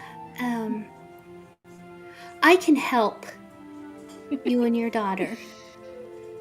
And she, like, one hand is still in her thing because it's never coming out again. But she thrusts out some, like, dried flowers and things, like, from her pockets. Okay. I forage. I can help. Oh, that's so sweet. And immediately starts crying. She kind of grabs the flowers. What was your name again? And starts to kind of put them on her living moss cloak. Tally. Okay. I guess I don't know if I can pay you all, but I'll find a way to. I'll find a way. You guys haven't even asked for payment. There's no payment for doing the right thing. Yeah. But some payment would be good. I think that a even- reasonable amount of expenses would be expected. Listen, if we come back if you help me save my daughter, I will forever be in your debt, and I have some gold. I could make more. Yeah, I'll do whatever it takes. I mean, if you guys are down with it, I'll be down. Tally ho! And Tally's just like, oh. Tally, excuse me. You see Sir Richard. I think in this moment, Sir Richard, you're ready to go, right? You know how to move this door now. What do you do? I thought he ripped it off the hinges already. You did, yeah. I assumed you kind of like placed it back because it's still a. I kind of just like let it go. You just. I saw that fly like through the whole tavern. Like, Across the room and hit somebody in the head. Yep. The guy that you hit with your tongue just kind of wakes back up and just gets slammed in the face of the door. And with that, you see Bran go. You guys probably need all the help you can get, right? So I'll come along too. I mean, that would be very much appreciated. Because it is, I mean, it's my map, so Yes. that'll be helpful. All right, great. Well, let's go. Awesome. And you guys all leave the tavern. Ethwin, as you are approaching the path that you just left, Yeah. is there anything you want to specifically say or do here? I would like to just look over my shoulder. Are the two men who are watching over Bram? Is that his name, Bram? Yes, Bran. What are they doing? Yeah, cool. I'll give just for fun here. Go ahead and give me a instinct roll. While he's rolling, what was the name of the Even Knight that had the map? Bran. How do you spell that? so Bran, like Raisin as Bran. we walk out, I'll walk next to Sir Richard and say, "Do you want us to tie a rope around your waist so you can find the right way?" What? I may be old. I know that, but I still have a skip in my hop. You need to hold the hand of your small child, though. I don't doubt You're your, letting him. I don't doubt your skit. I doubt your ability to see where this path goes. In response to that. Incredible. What did Ethwin get? 21 with hope. Ooh! Guys. Sorry! Not sorry! Cool. Yeah. All right. DC is going up. Incredible. Yeah, go ahead and add a hope if you can. Assume you can't. I am now full. Beautiful. I use it, but there's nothing to use it on this time. So That's what I like to hear. Yeah. I think we found your dice roll game. Yeah, seriously. Actually, that's true. Yeah. Clearly, maybe this is the game I need to play. This is the one. Don't jinx it now. Calm down, everybody. Knock on wood. Knock on wood. Okay. Cool. Ethwin, as you look back, you see in the doorway are those two soldiers who are watching Bran leave. You see one of them kind of like lean into the other one, and I'm gonna say with how good that roll was, you see mouthing the words, "You think he'll bring it back?" Okay. And I think with that, you guys head off into the Wood Wild, and we'll take our 10-minute break. Yeah.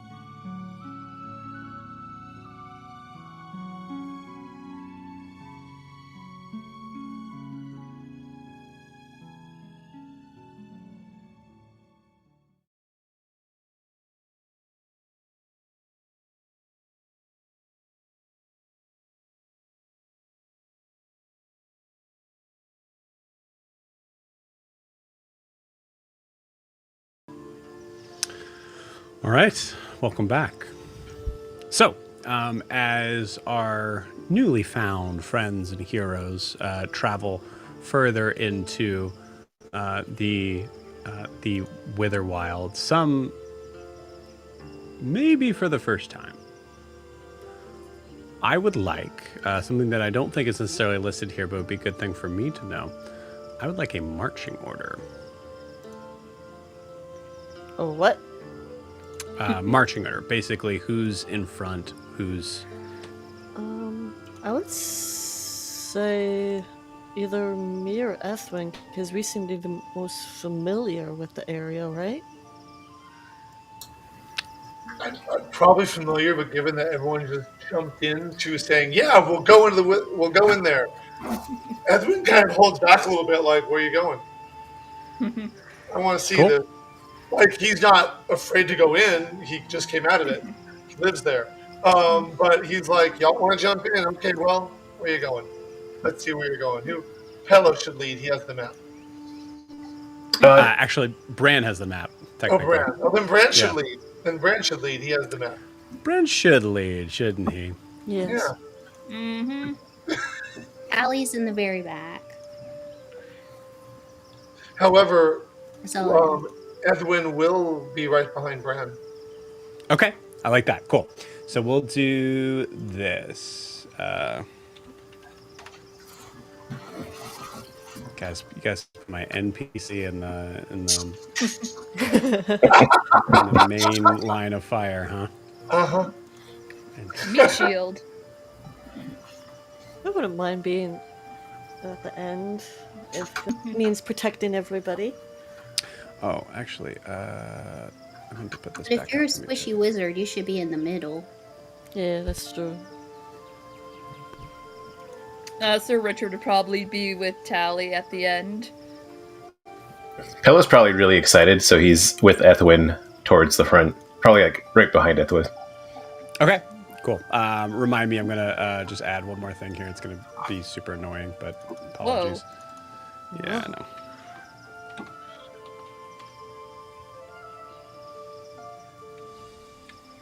I was gonna say something, but I don't want to jinx it, so never mind. Knock on wood. Thank God I have a wooden desk. Looks like a lot of us do. I guess I should be thanking my brother. So. E9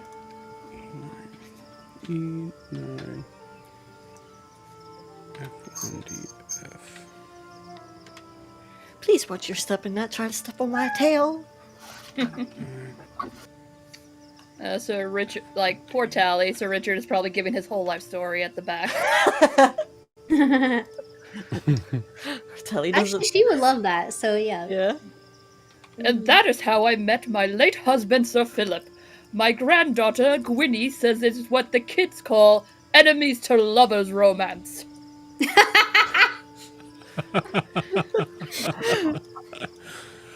Oh my gosh. All I want to do is learn about Sir Richard now. Yeah, so Richard. Okay. Can I just say, while like- we're walking, embers on my, like, kind of wrapped around my shoulder. Yeah, absolutely. Makes sense. It's a cat, it doesn't want to get wet. Especially a fire cat. Ooh, fancy. Now it's much easier to see instead of that Yeah. purple. Yeah. I thought it. Oh. I thought it was red. I don't know why. I may be colorblind. A lot of people tell me that. I may be colorblind too. If you say it's purple and I say red, I have no clue. Okay. Oh shit, there's already been that many fails. Yeah, there's already been that Man. many. Yeah, which is probably why Wow. it should usually be on there. But yeah, cool. All right, so marching order. So it sounds like Bran's in front, and then Edwin, Yes. and then it sounded like maybe Pello after that. Yep. Okay. Harper maybe in the middle. Yeah, kind of like Serene, making sure everybody's staying together. Okay. Do you want to be in front of Mira?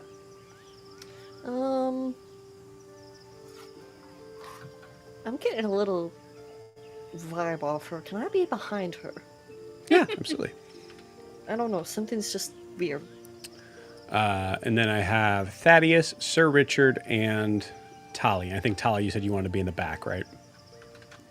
Yeah, Tali's trying to watch everything go around, and she's just constantly looking over her shoulder. Yeah, Okay. Thaddeus will be just before her, but he wants to make sure that Sir Richard is in front of him. Makes sense. Just see him like, May I have a moment and take Pello aside? You just realize Sir Richard is behind Yeah, me. absolutely. Go for it. So I was really getting ready to leave. I say, Pello, excuse me. Yeah, what is it?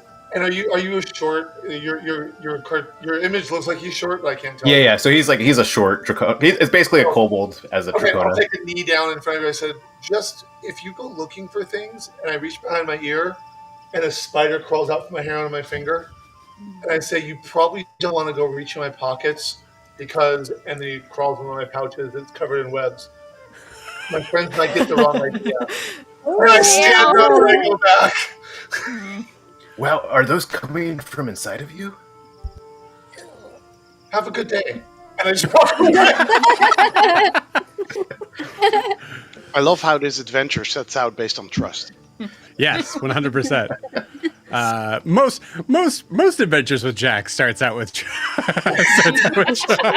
They usually do. That's not true. I would say with Car, it is. I mean, like it is absolutely true. Yeah, no, that's true. yes.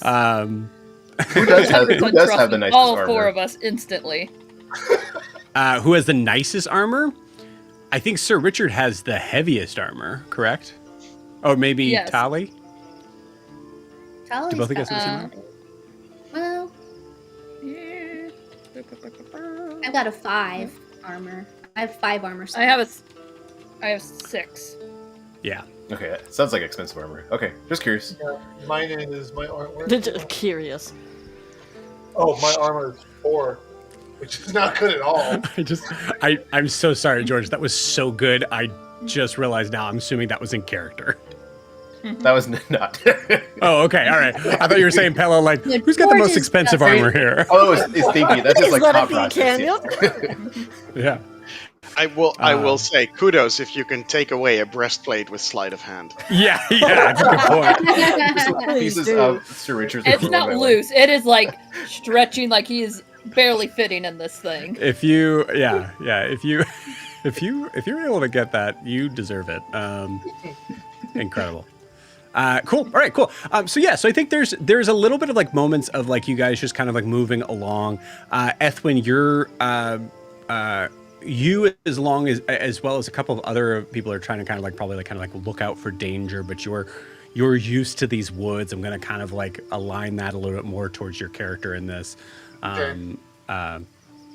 But yeah, I'll say there's a little bit of room here for you guys to kind of like ask some questions about each other's character in here, as you guys are new and some of you guys are pretty interesting to each other, I would say, like given your background.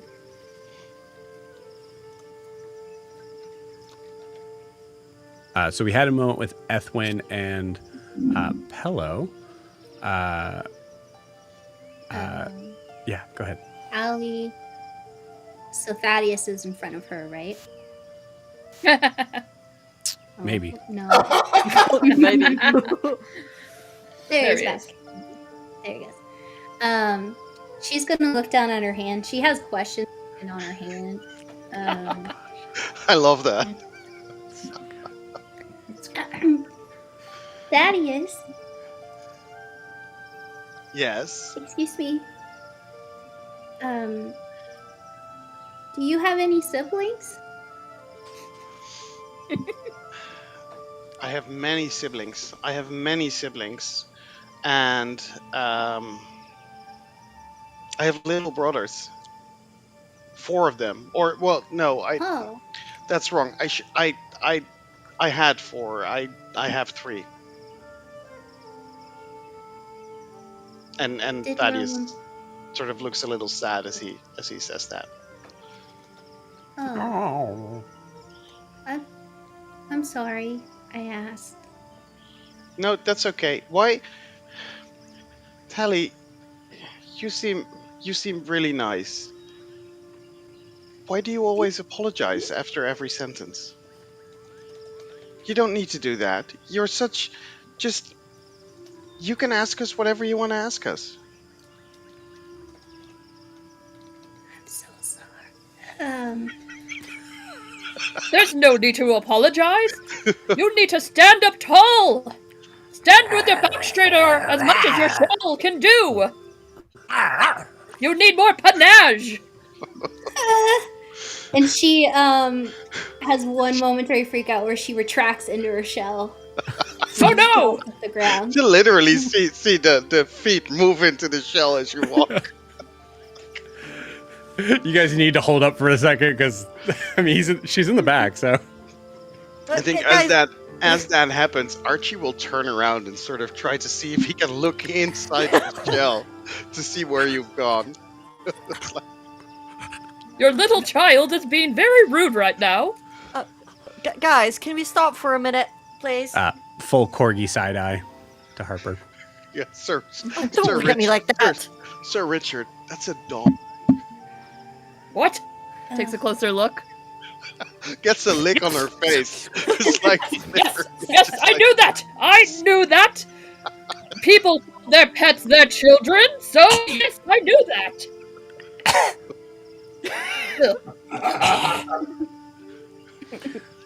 Can I talk to Tali? Yeah, Archibald's is rolling a Constitution saving throw over in the corner, from licking Sir Richard's face. takes one stress. Yeah. You know what? It's a one shot. Absolutely, Archibald takes one stress for sure. I feel a little offended by that. I kind of knock on Tally's shell, just like, Tally, you okay?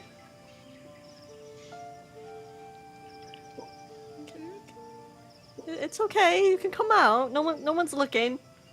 Just kind of motion for everyone to look away. Oh, it's a modesty thing. I will turn around. Which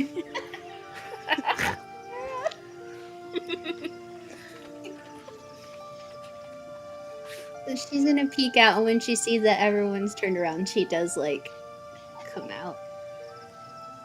I'm so sorry.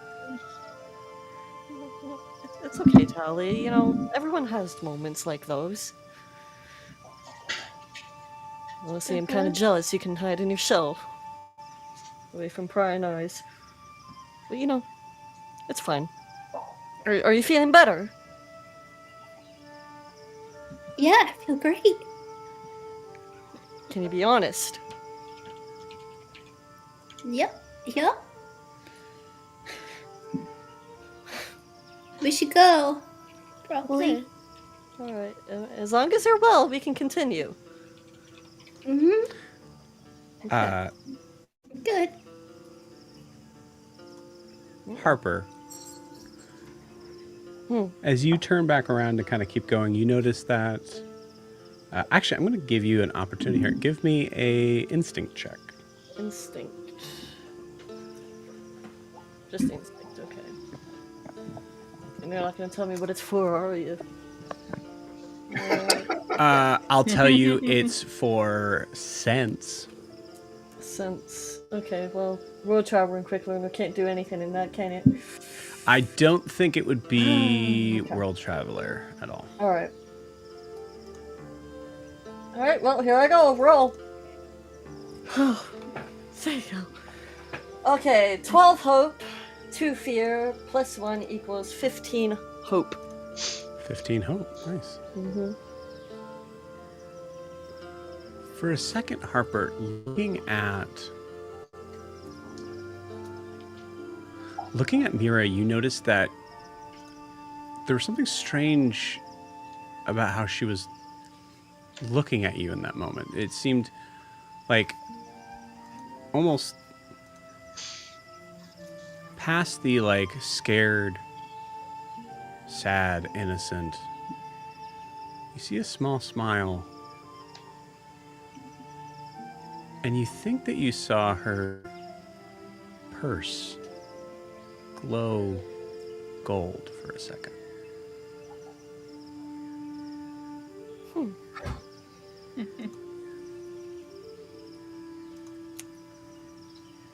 Okay, that gives me vibes. Is there anything I can do with that? I don't know. Oh. To save you, I will say also you notice that there seems to be something dripping from the canopy just above Pello. Above Pello. Mm-hmm. Can I look towards the dripping? Sure. I will say I will give you another chance. Give me a instinct roll DC 20. Dice instant. 20. I add the 20 dice. So there's hope, No. fear, and then. Yeah, the DC, the number to beat is 20. Oh, okay. The number to beat is that. Okay.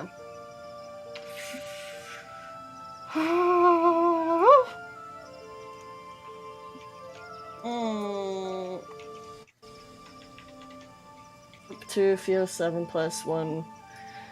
10 with fear. Okay. 10 with fear. As you look up, you see there is another that is falling and dropping right on top of you. We have now officially fallen into combat. All right, so just a reminder on this for the combat rules. One of the biggest and sort of strangest things that I'm interested in seeing how this works out, and I want everybody to kind of play honestly as much as you possibly can. That might be a weird thing to say, but there is no initiative in Daggerheart. What there is instead is that everybody can take a turn when they want to, but once your turn is done, you wait a full round to take a turn again. During this time, I have my fear die down here that I can use at any point in time to use things that these enemies might specifically be doing.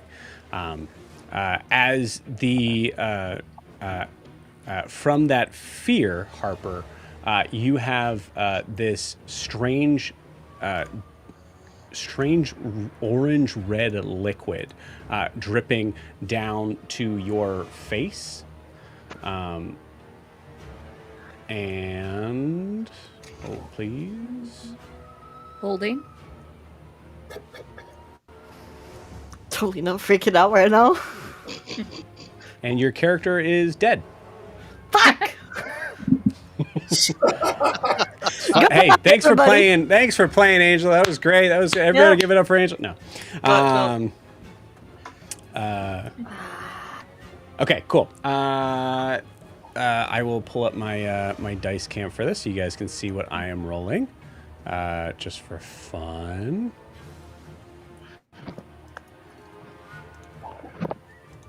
Okay. So the DM rolls a D20 for for most of these rolls. Okay, that is the first attack on you is a 10 to hit. 10 to hit. It's a 9, right? Yeah. That is major damage to me. No. It is a 10. I'm sorry. I forgot. So the first thing you want to check is your evasion. Your evasion is to see if it hits. My evasion is 11. Right. So that's not that. So 10 doesn't beat that. So that means Okay. that All right, that sorry. misses. So it drops down right next to you.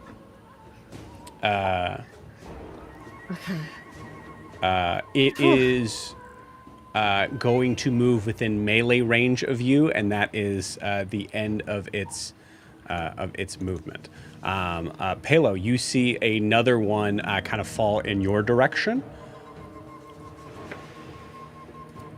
All right, and that. That's an 8 to hit. That's using my evasion, right? Yes. So that Yep. misses. Cool. Awesome. It also moves within melee range of you. Shit.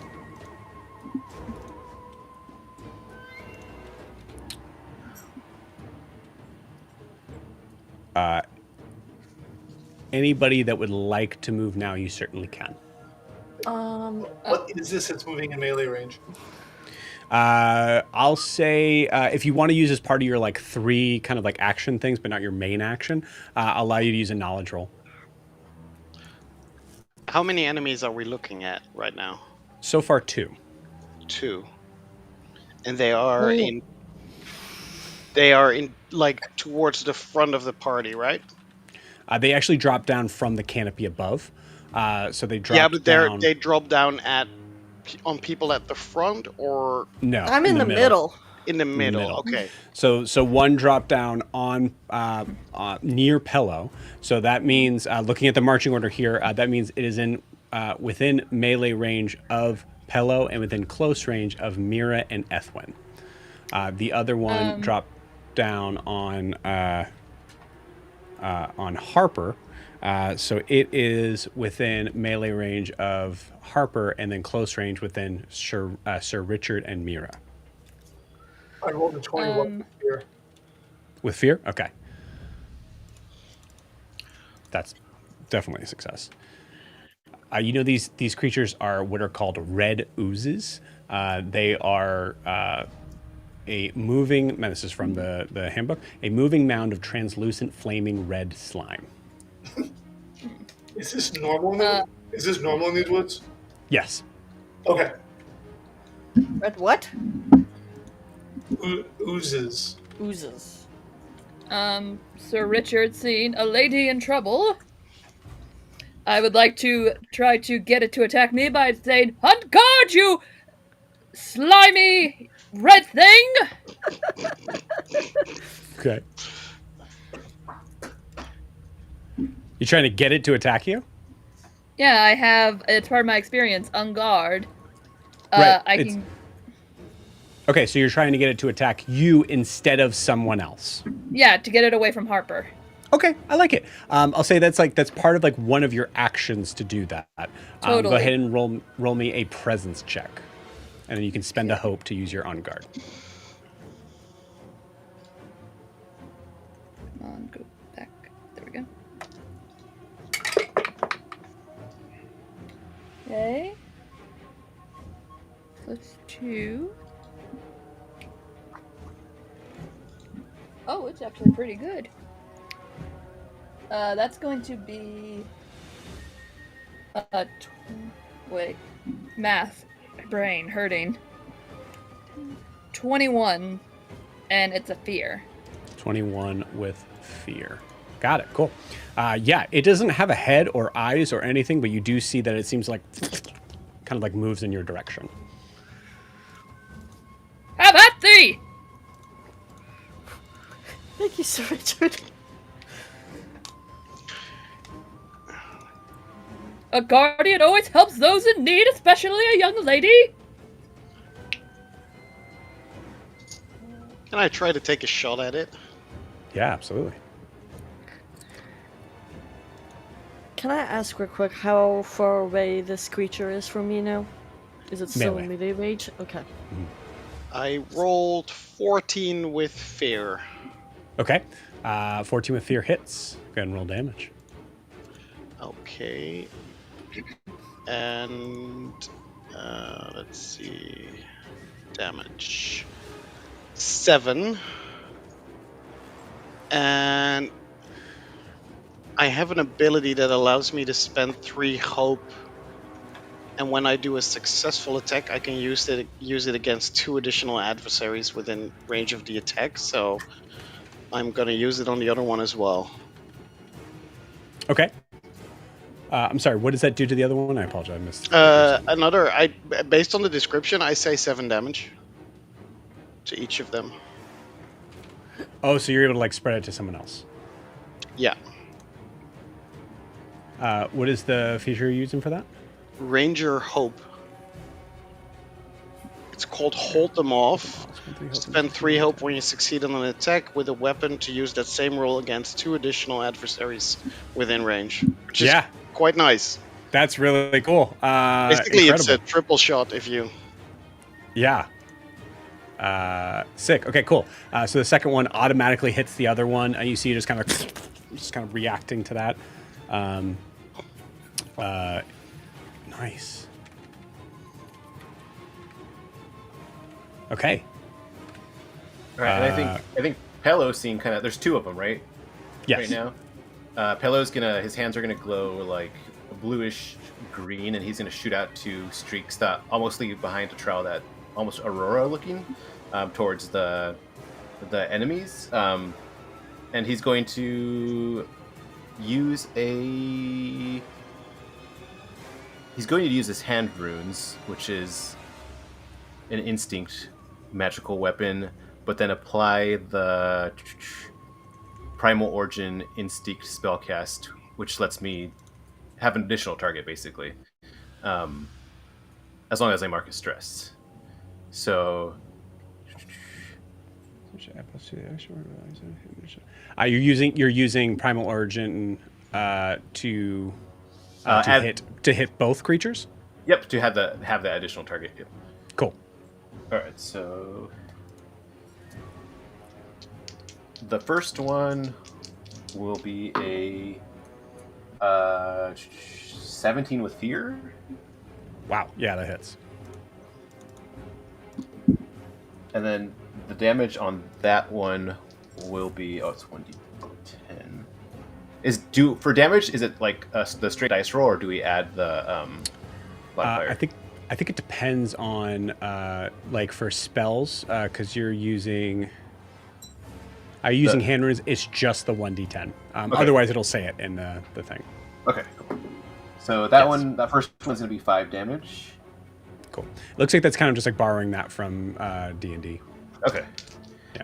And then 10. Sorry, what'd you say? 10 damage? 5 damage. 5 damage. 5. Okay, cool. Awesome. Okay. All right. And then the second one will be 11 with fear. That also hits. All right, and for that one, that will be 9 damage. Wow. So just 2 like ribbons which fly towards the little slime-looking things. I think so. I think this primal origin has the same sort of wording as what Thaddeus just did. I think you use the same roll. Okay. For the second target. I think okay. That's how I'm interpreting it. So I'll take away that fear that you rolled, but we'll say that it also took 5 damage. Okay, that sounds good. Cool. Which I have to look up to see what I tell you guys, but I'll just tell you anyways. Both of those hit their minor thresholds, so they're both looking rough. In response, I'm going to spend 2 fear, and both of them split. Ooh. Uh-oh. So now there's 4. What? Okay, no one do what I did. You just are not hitting hard enough! And Sir Richard will attack the one in front of me. And it'll be, as I attack, I will spend a hope and make it a forceful push. Okay. So first, go back to weapons. With his mace. Ooh. 14? Yeah, that'll hit. Huzzah! So Richard, he uses forceful push. The squatty body will come up to this thing and just jab it with his mace. Cool. Your mace is a melee range weapon, correct? Correct. You got it. With this, blah, blah, blah, blah, blah. On a success, you deal damage. The target is pushed out of melee range, and when I accept a hope, it is vulnerable. Okay. And now I must roll damage. Back to that.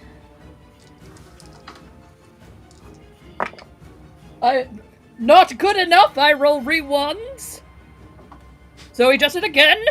Roll That's rewind. better. Yelling out, not good enough. To yourself. That is 8, 9, 15. 15 damage. Jesus. Are you sure? Yes, I roll with I roll an extra d6 with forceful push. I am Right, the so- tank. He's checking. So 1d8 plus 1 plus 1d6. Yes. And you I got have 14? plus 1.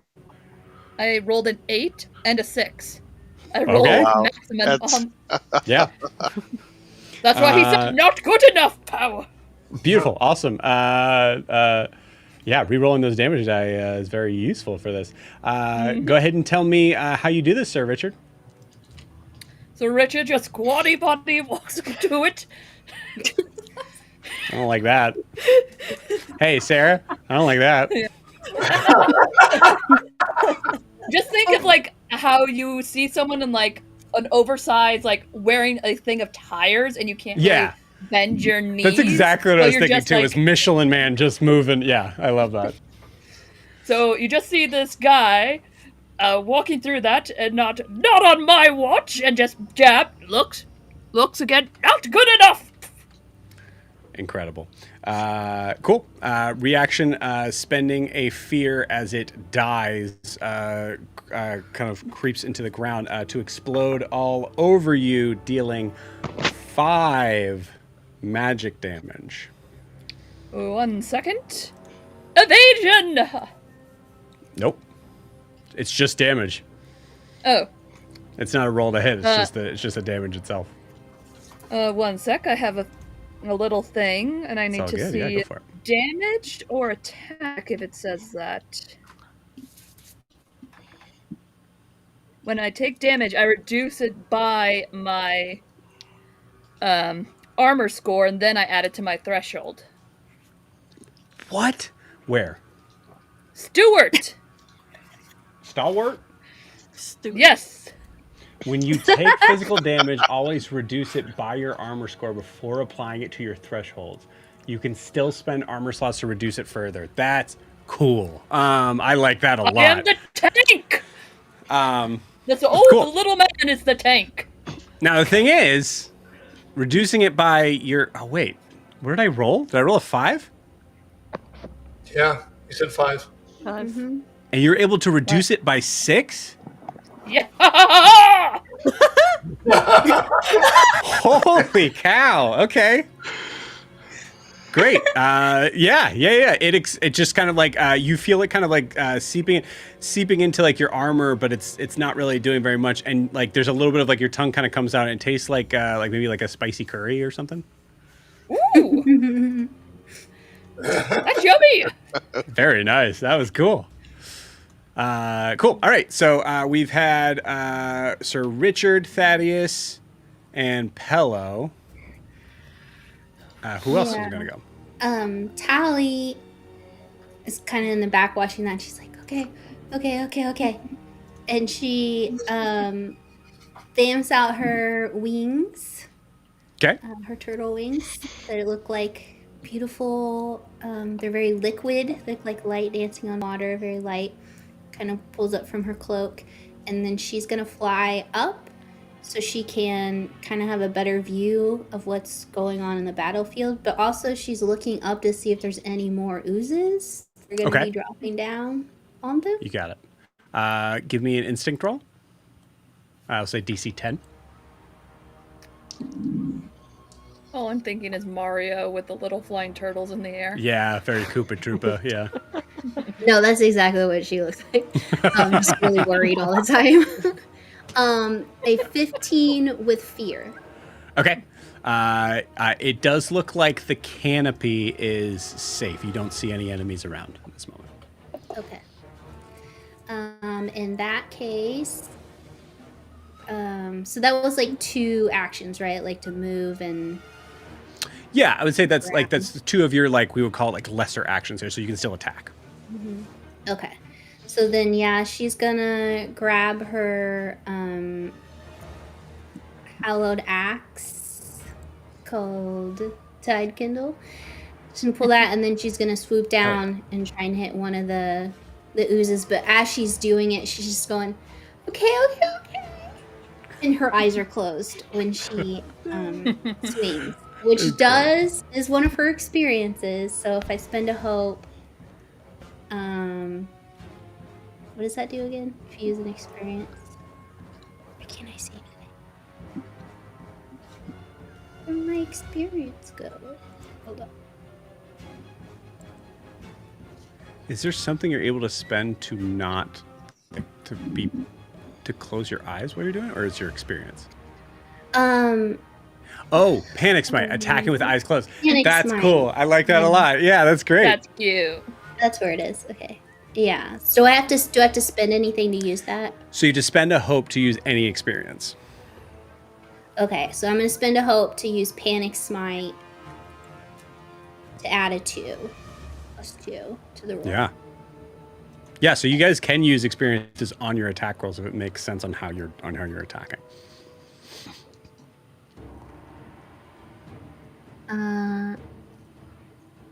11. Yep, that'll hit. Wow, that Is just that with hits. Hope? Do I say with hope? Yeah, you do. I'm sorry. Yeah, on attack rolls, you want to tell me if it's with hope or fear as well. Okay. So yeah, so you can gain that hope with back. Hope. Mm-hmm. And okay, so then I roll damage. Okay. Yes. You guys might lose me in a second. Just a heads up. If so, I'll come right back. 1d8 plus 1 is 7 damage. 7 damage. And you, oh no, the Wings of Light just says you can fly. So you just can fly. So you're not using your Wings of Light necessarily. You just I don't fly. think so, but I don't know. Yeah, you can fly. While flying, you can do the following. Yeah. No, I think Winged Sentinel flying. is the idea of the subclass that you have, so you're able to fly, and then you're able to do these things if you spend these things while you're flying. Oh, yeah. That's so I cool. can spend another hope to do an extra d8 of damage. I'm going to do that. You absolutely can, yeah. Okay. So Richard's seeing this 7 angel-like person above them. Yeah. plus 7 plus another 7. So 14 damage. 14 damage. How do you kill this thing? Yeah. Blindly and panicky, I guess. Rachel, that's such a good answer of saying, like, my character has no idea. No, wasn't eyes looking. were closed. Yeah, just like. Great. I think the camera follows Tally's move and just like goes black for a second. And you, as it opens up, you see that the ooze is gone, except that it's still all over you. You take 4 points of damage in response of the damage that it took. Does it need to? No, it does not need to spend to do that. Nice one, my amphibious fellow! So would I use 4 armor slots to... No, I use 1 armor slot. It's minor damage, so I can't make it just go away. You can use an armor slot to make the minor damage be 0 instead. Okay, I'm gonna do that.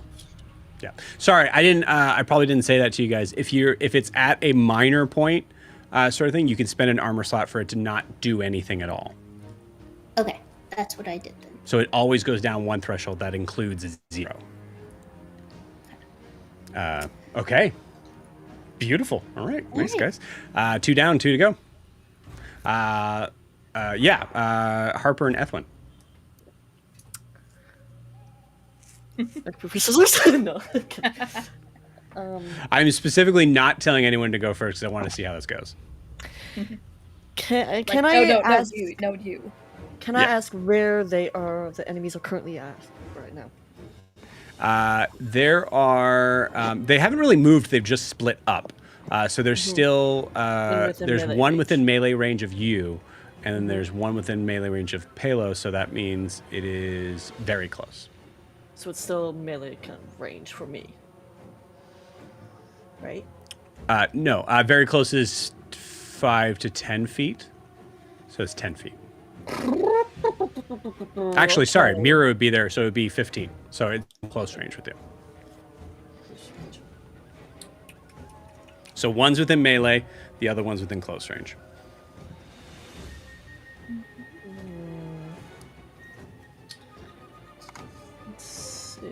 I'm sorry. I'm just looking at my freaking. That's okay. If you want to take a second, Ethwin, you could go if you want.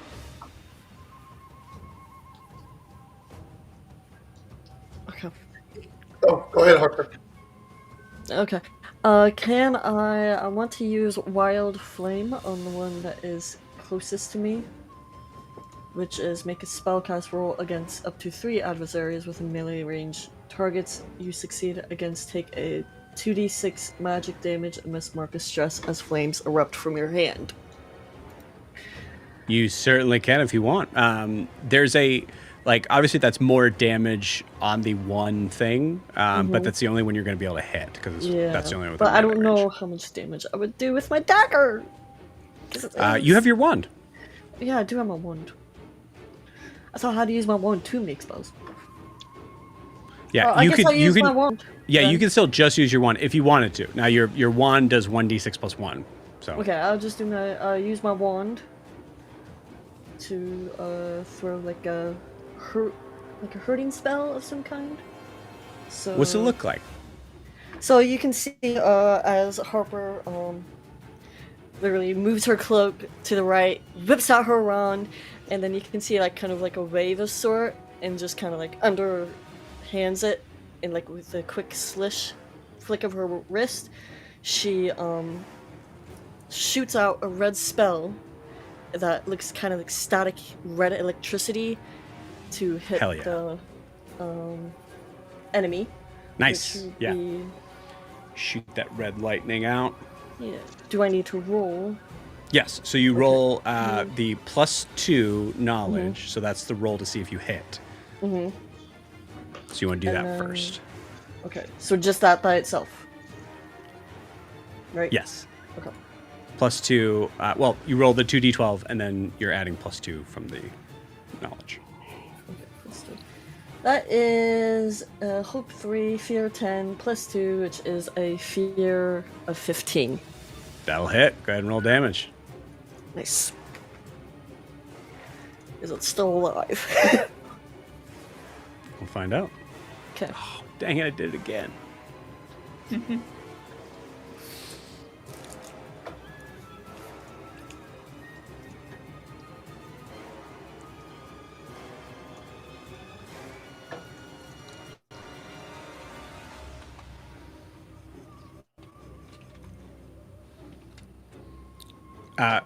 What'd you get on the damage for that? Damage? How do I do the damage? So it's next to your wand. So you rolled to see if you hit first, and now you roll the damage, which is right next to it. So it says 1d6 plus 1 magical. So I click the 1d6 plus magical? Yep. Okay. You got it. And then roll 6 damage.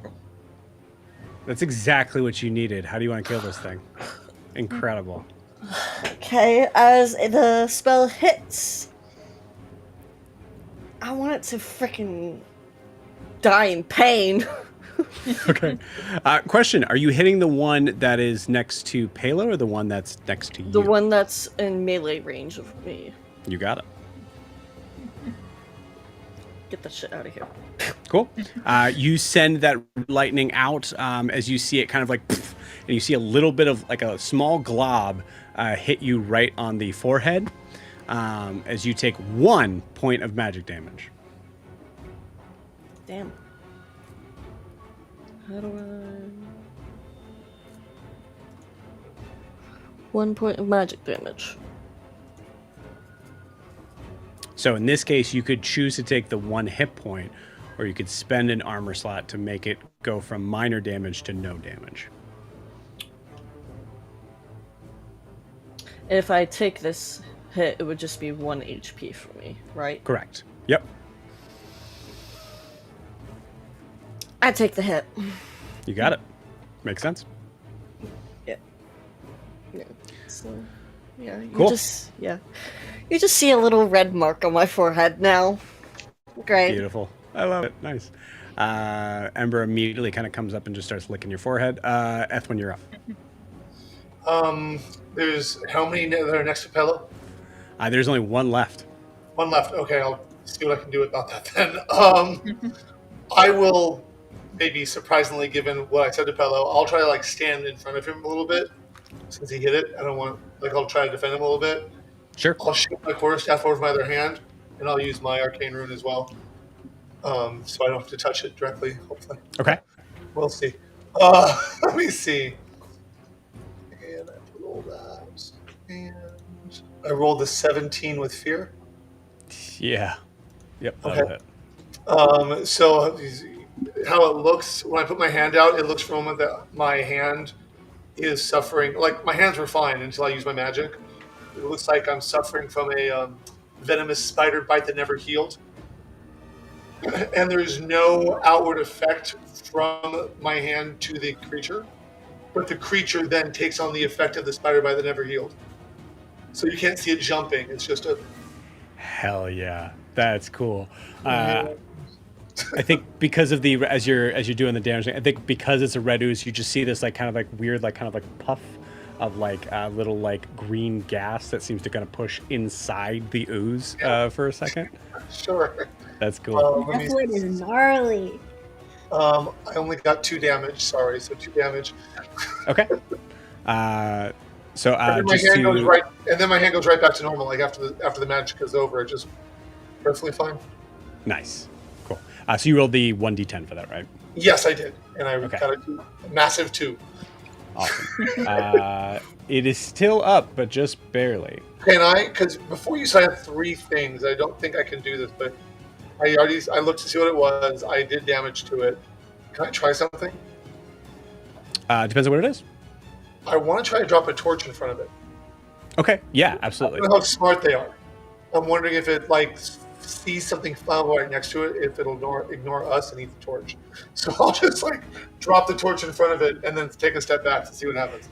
Okay, so you want to drop like kind of like, are you like putting it like close to it, but in the direction away from you guys? Yeah, like behind, like if I can, behind it, so me and Pello aren't in its lack of eyesight because it doesn't have any. But just like, does it send something flammable? That's cool as shit. I love that a lot. Cool. It is going to on its turn. It is going to. You know what? Might as well make this a roll. I will say for this.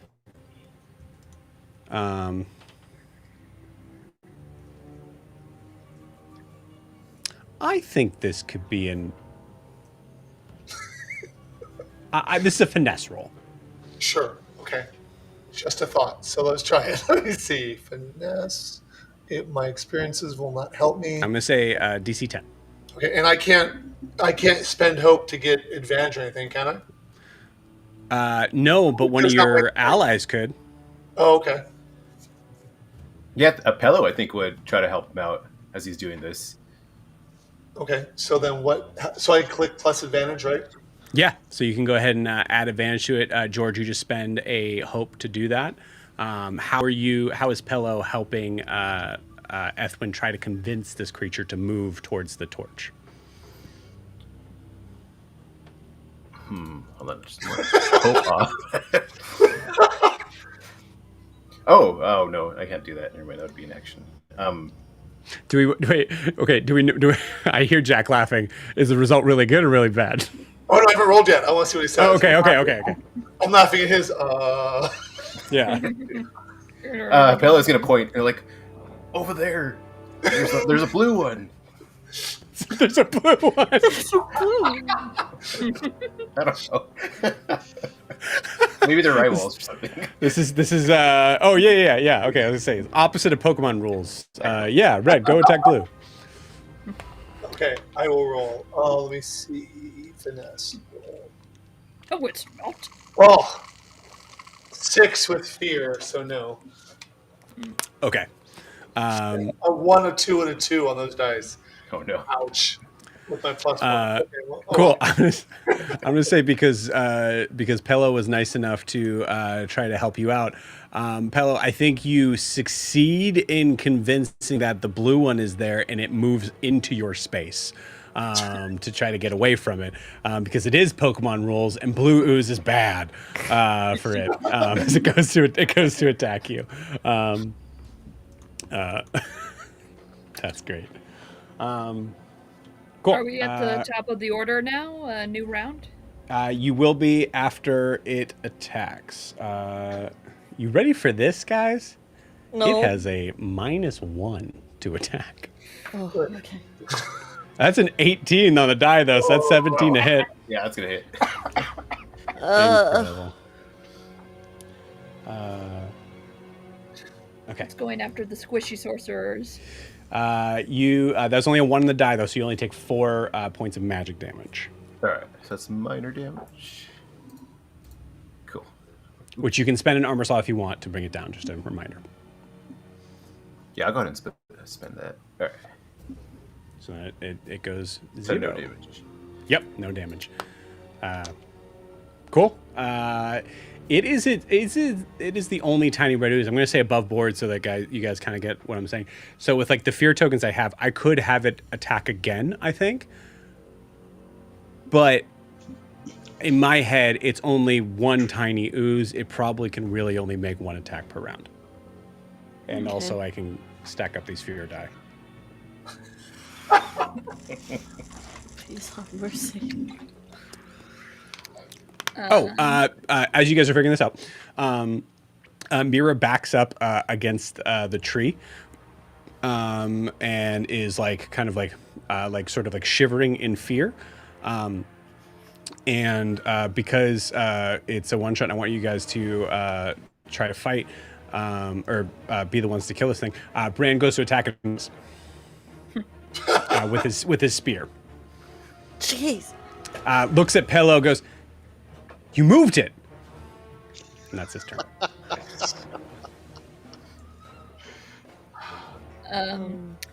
Sir Richard, like tasting it, knowing that it tastes very good, is going to do a tongue attack on it and wants to eat it. Yeah, absolutely. I do a stress for it, and I'll take that. Okay. I like the commitment. And how far can you reach with your tongue? It says, you can use your long tongue to grab onto things close to you. You can also mark a stress to unleash a finesse weapon that deals 1d12 of physical damage using your proficiency.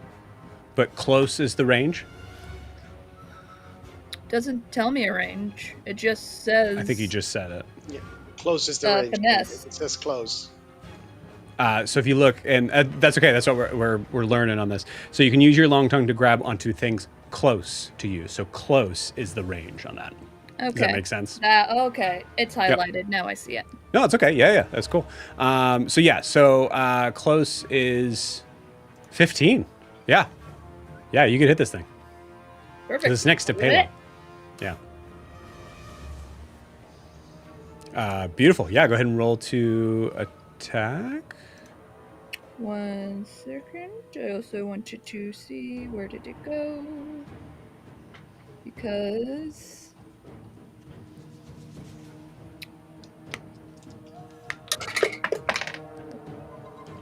that is going to be 18. 18 to hit. On Yeah. Hope. On hope. With hope. Yeah. Go ahead and add that hope.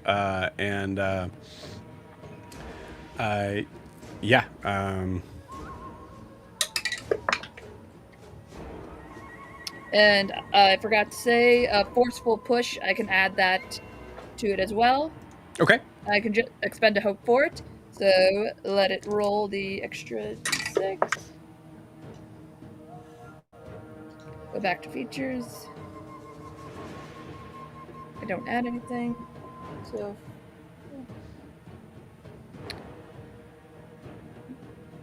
What does it mean by damaging using your proficiency? So it should be already like kind of does. Oh yeah, yeah. Weapon that does 1d12 physical damage using your proficiency. Oh, I don't have finesse. Yeah, it'd be that 0. makes sense. Yep. So that's why it would be 0. Yep.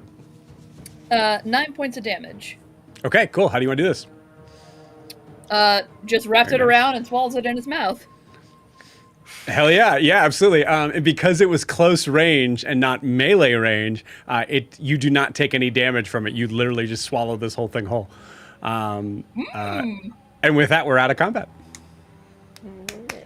Very nice. Yeah, good job, guys. So above board, I'm going to take kind of like a timeout moment here. So it is 12:07. I would like to. This is up to you. We can either choose to kind of come to an end here pretty soon. We'll kind of like storyboard it out, and then come back to this. I did check. I am actually I am free on the 31st, which is next Saturday. Give me a thumbs up if that works for you. If it doesn't, it's okay. Just be honest. Depends on the time. Same Is it time. the same time? Yep. I think I can make it home by then. Hell yeah, cool. So I think we we'll kind of like finish this sort of like scene out and stuff, but I do want to get to the end of this one shot, which I think we'll actually do next week. Awesome, cool. So I think what I'll do to kind of end this out is, as everything kind of is pulled, is broken apart, you guys are able to kind of move from this combat. I will allow some RP that will end in one roll of something you guys want to figure out, know, or do in this moment. One roll each. Did anyone take Okay.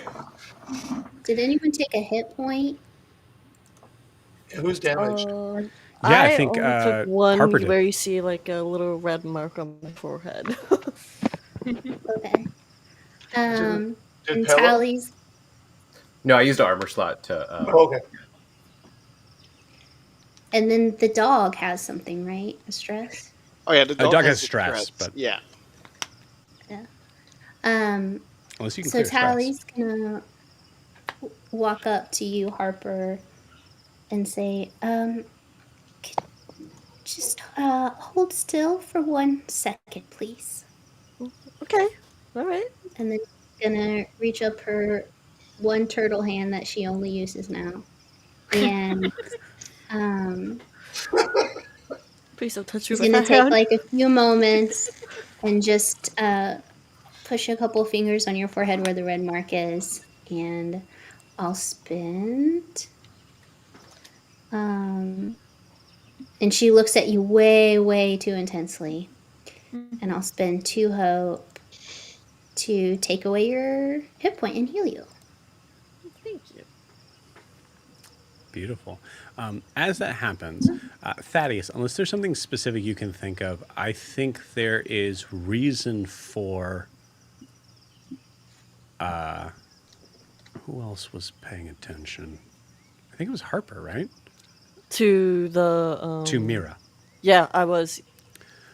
Thaddeus and Harper, if you guys would like to roll an instinct check, if you think you're watching Mira during this moment. I have to. Yes, please. Cool. And Thaddeus, because of your freaking bonkers roll you did before, I'm going to say you have advantage on this. That makes 14 with hope. Okay. So what was Nice. it? An instinct? Yeah. Instinct. I can't use my experience.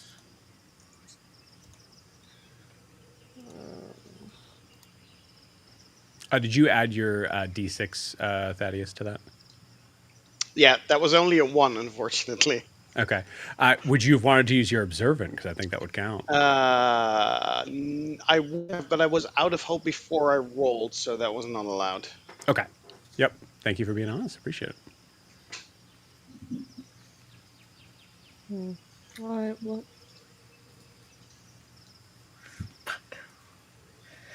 Hope 8, fear 9 plus 1 is a 18 with fear. Why are you saying fuck to that? That's a really good roll. I know, it's just fear. I don't want to give you anything. Oh, I see. Great. Well, I'm all the bad guys. So 12 it You is. almost killed me, man. No, I'm kidding. Cool. So, Thaddeus, you are watching Mira. I'm going to say from like your vantage point here. You're watching, or you have kind of like Mira in your sights, right? Yeah. There is a point where Tally goes up to heal Harper, and I think because that 14 fails. As Tally goes, Tally's like large kind of. I know Tally's smaller, but that large kind of turtle shell just seems to kind of block the way just enough. You can see Mira from like the chest up, and she's watching this. But that's it. That's all you see. Harper, you see Mira's hand glow gold inside that pocketbook. And Tally, what was the resource you used to heal Harper?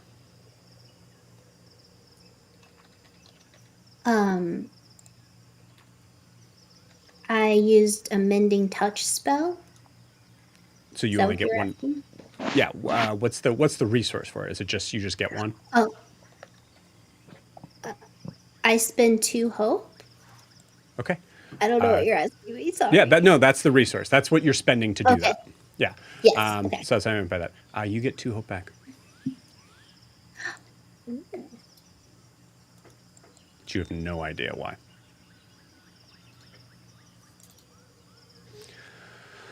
Okay. All right. Well, that was. I get why they call it the wild. Are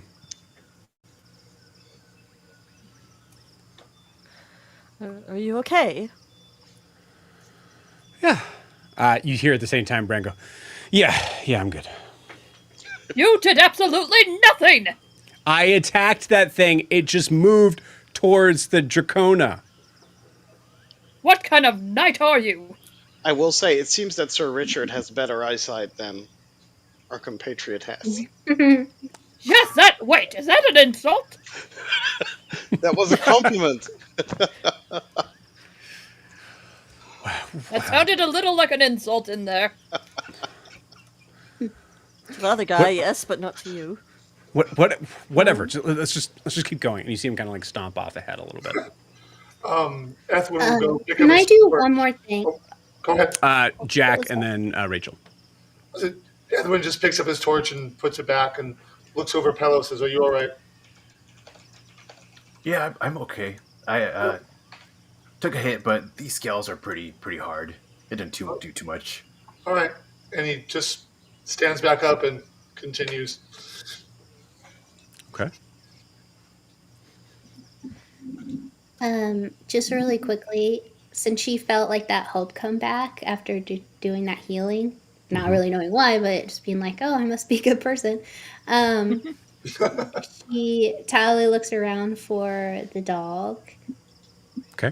Does she see Archie? So she's just gonna crouch down and whisper like, "Here, puppy, puppy." And then once he comes up to her, she's gonna rub his ears and spin that 2 hope again to remove his stress. Okay. Of course you heal the dog. Beautiful. I love it. So you can remove HP or stress with that? Uh-huh. That's Yep. cool. Can he That's clear really that point? awesome. And you see, Thaddeus, you see like Archibald just kind of like, do dogs' shoulders tense up when they're, yeah, kind of, right? You see like the back, Yeah, like you see, like the back kind of like part of the fur kind of like goes and falls back down. The ears are back from like this position to straight up. You see the little nub tail wagging. Yeah, and you get an understanding of what Tally did. I'll just very like not to make her say sorry for anything again. Just like very quietly say thank you. Oh, you're welcome. I have a question, Joe. Sure. Knights aren't really considered nobles around here, right? Sure. I mean, absolutely, they would be. You could be a knight of your like domain. With the one dude, him being a knight, would he be considered a noble? Oh. That's an interesting question. For what purpose? Highborn, my community.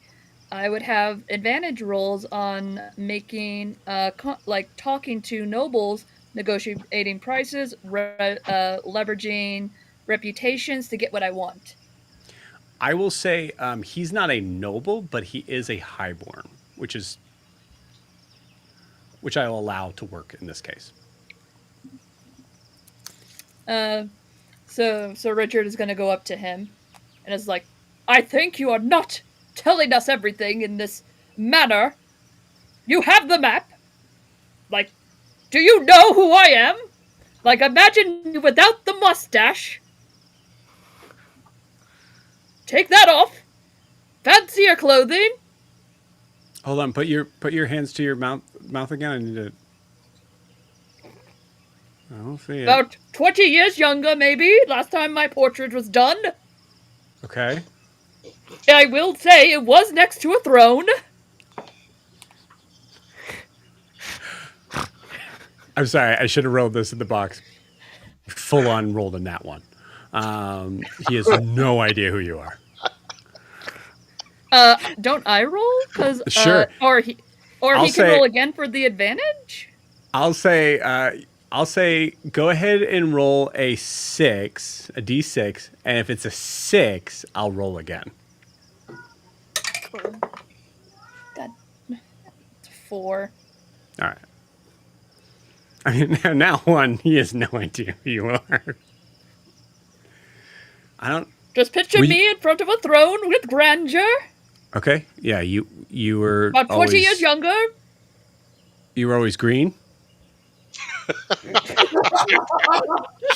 Maybe not as faded and wrinkly, but yes.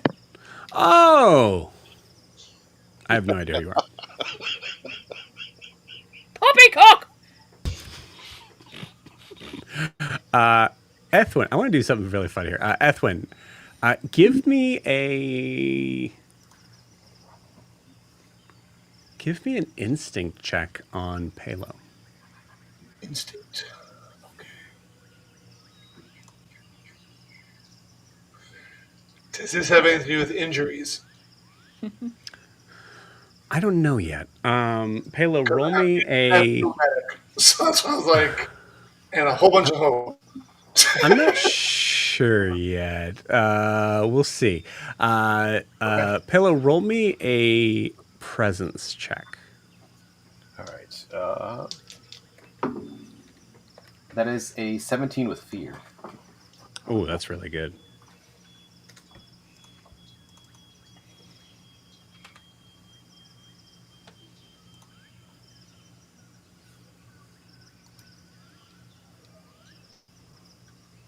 Sorry, Ethwin, this is not based on Okay. medicine. Okay, then I will just roll. And the DC is 17. 9 with fear. I swear that was not for me to just collect 2 fear. That was not what that was for. But thank you very much. All you're doing. You want to roll again, Jack? Cool. So as you're looking at Palo, I'm going to ask Ethwin, what are you trying to sort of... you asked Palo if he was okay. Do you think that was like, you just wanted to kind of know if he was okay, or are you trying to kind of get a sort of a bead on him in some way. No, I mean Edwin from his village, or his tribe or whatever it is. Since it's a 2-shot, 3-shot, his home. Yeah. Could be he's- tribe.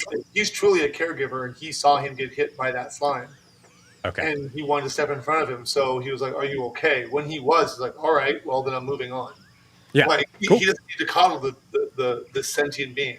Yeah. But he really was like, "Are you okay?"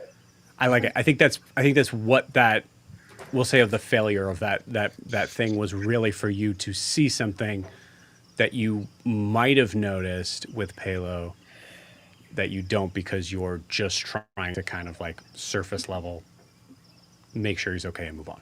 Yeah, I mean, if he's okay, then I don't need to. Okay, bye. Like, Yeah. Cool. Palo, do you have an idea what you want to do here? I don't think you've rolled anything yet, besides what I asked you to.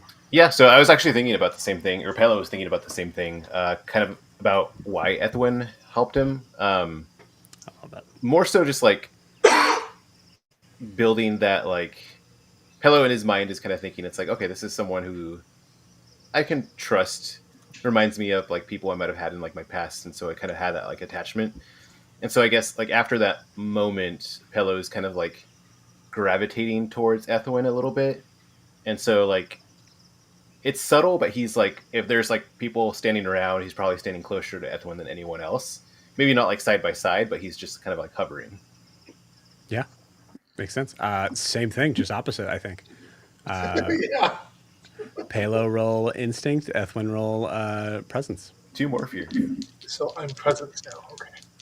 I just want all the fear, guys. No. Yeah, I see that. Oh. It's a 50-50 Fail. chance, so I'm trying to 18 really with hope. 21 take a hope back. Yeah, mine was a 21 with hope. 21 with hope? Incredible. You lose, Game Master. No.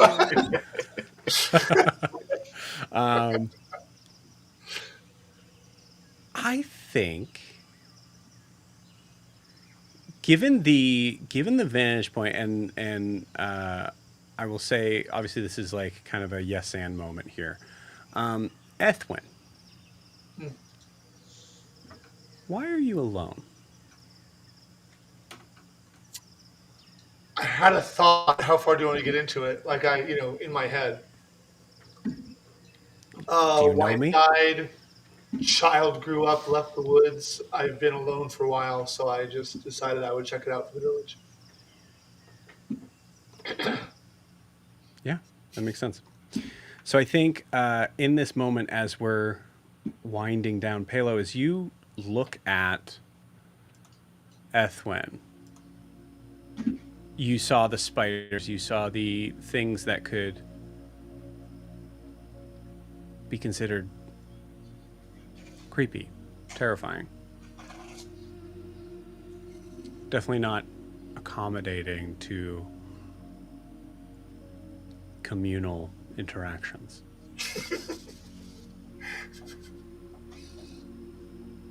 You sense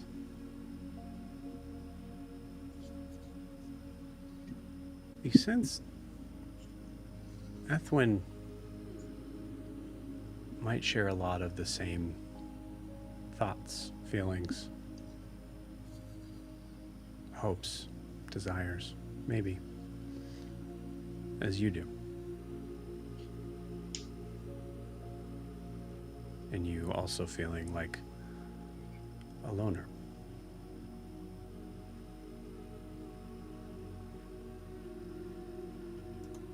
As you see Ethwin walk past, kind of push past you, what does Palo look like or are thinking in this moment?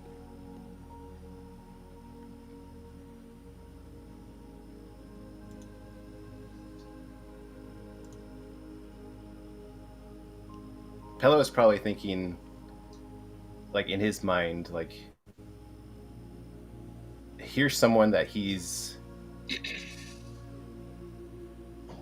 almost hesitant to make a connection with. It's like someone that he's sees potential, and like part of him wants to like learn a little bit more and maybe ask like Ethwin. Like there is that like I mentioned, that like hovering around Ethwin, but there's like a barrier there, and there's like a barrier that's keeping him from doing that because he's kind of scared of that vulnerability and how much he's had to sacrifice for other people in the past. And for the first time in his life, he has that freedom to kind of do what he needs to do to survive, but he's scared of letting that go and winding up in the same place he used to be. And for that reason, he kind of keeps that barrier up. As you're watching Ethwin move past, you see Mira, for that moment, kind of catch eyes with you. Scared, still red under.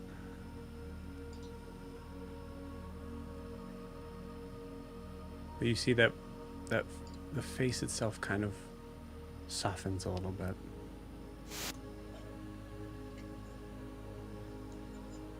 You hear a voice in your head.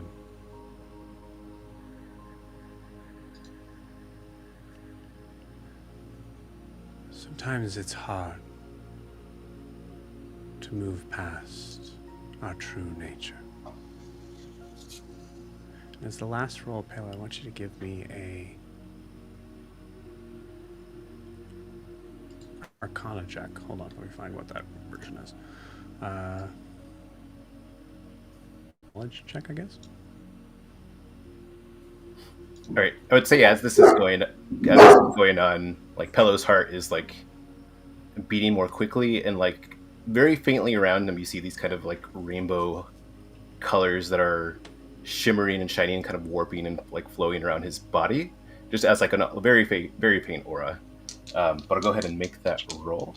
Yeah, the DC is. I'm sorry. It should be a spell casting roll, so it should be based on, because it's you kind of defining your magic here for this. So that'd be probably the +2. +2.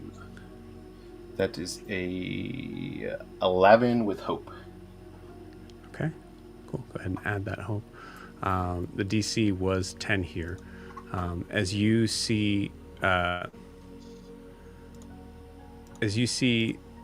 Mira, and you hear that voice in your head, and you feel like it's definitely one and the same, but the accent changed, the timbre changed. It's kind of creepy feeling at first, and then as you're staring at her, there's a moment where you see just sort of impressioned on top of her like a mask.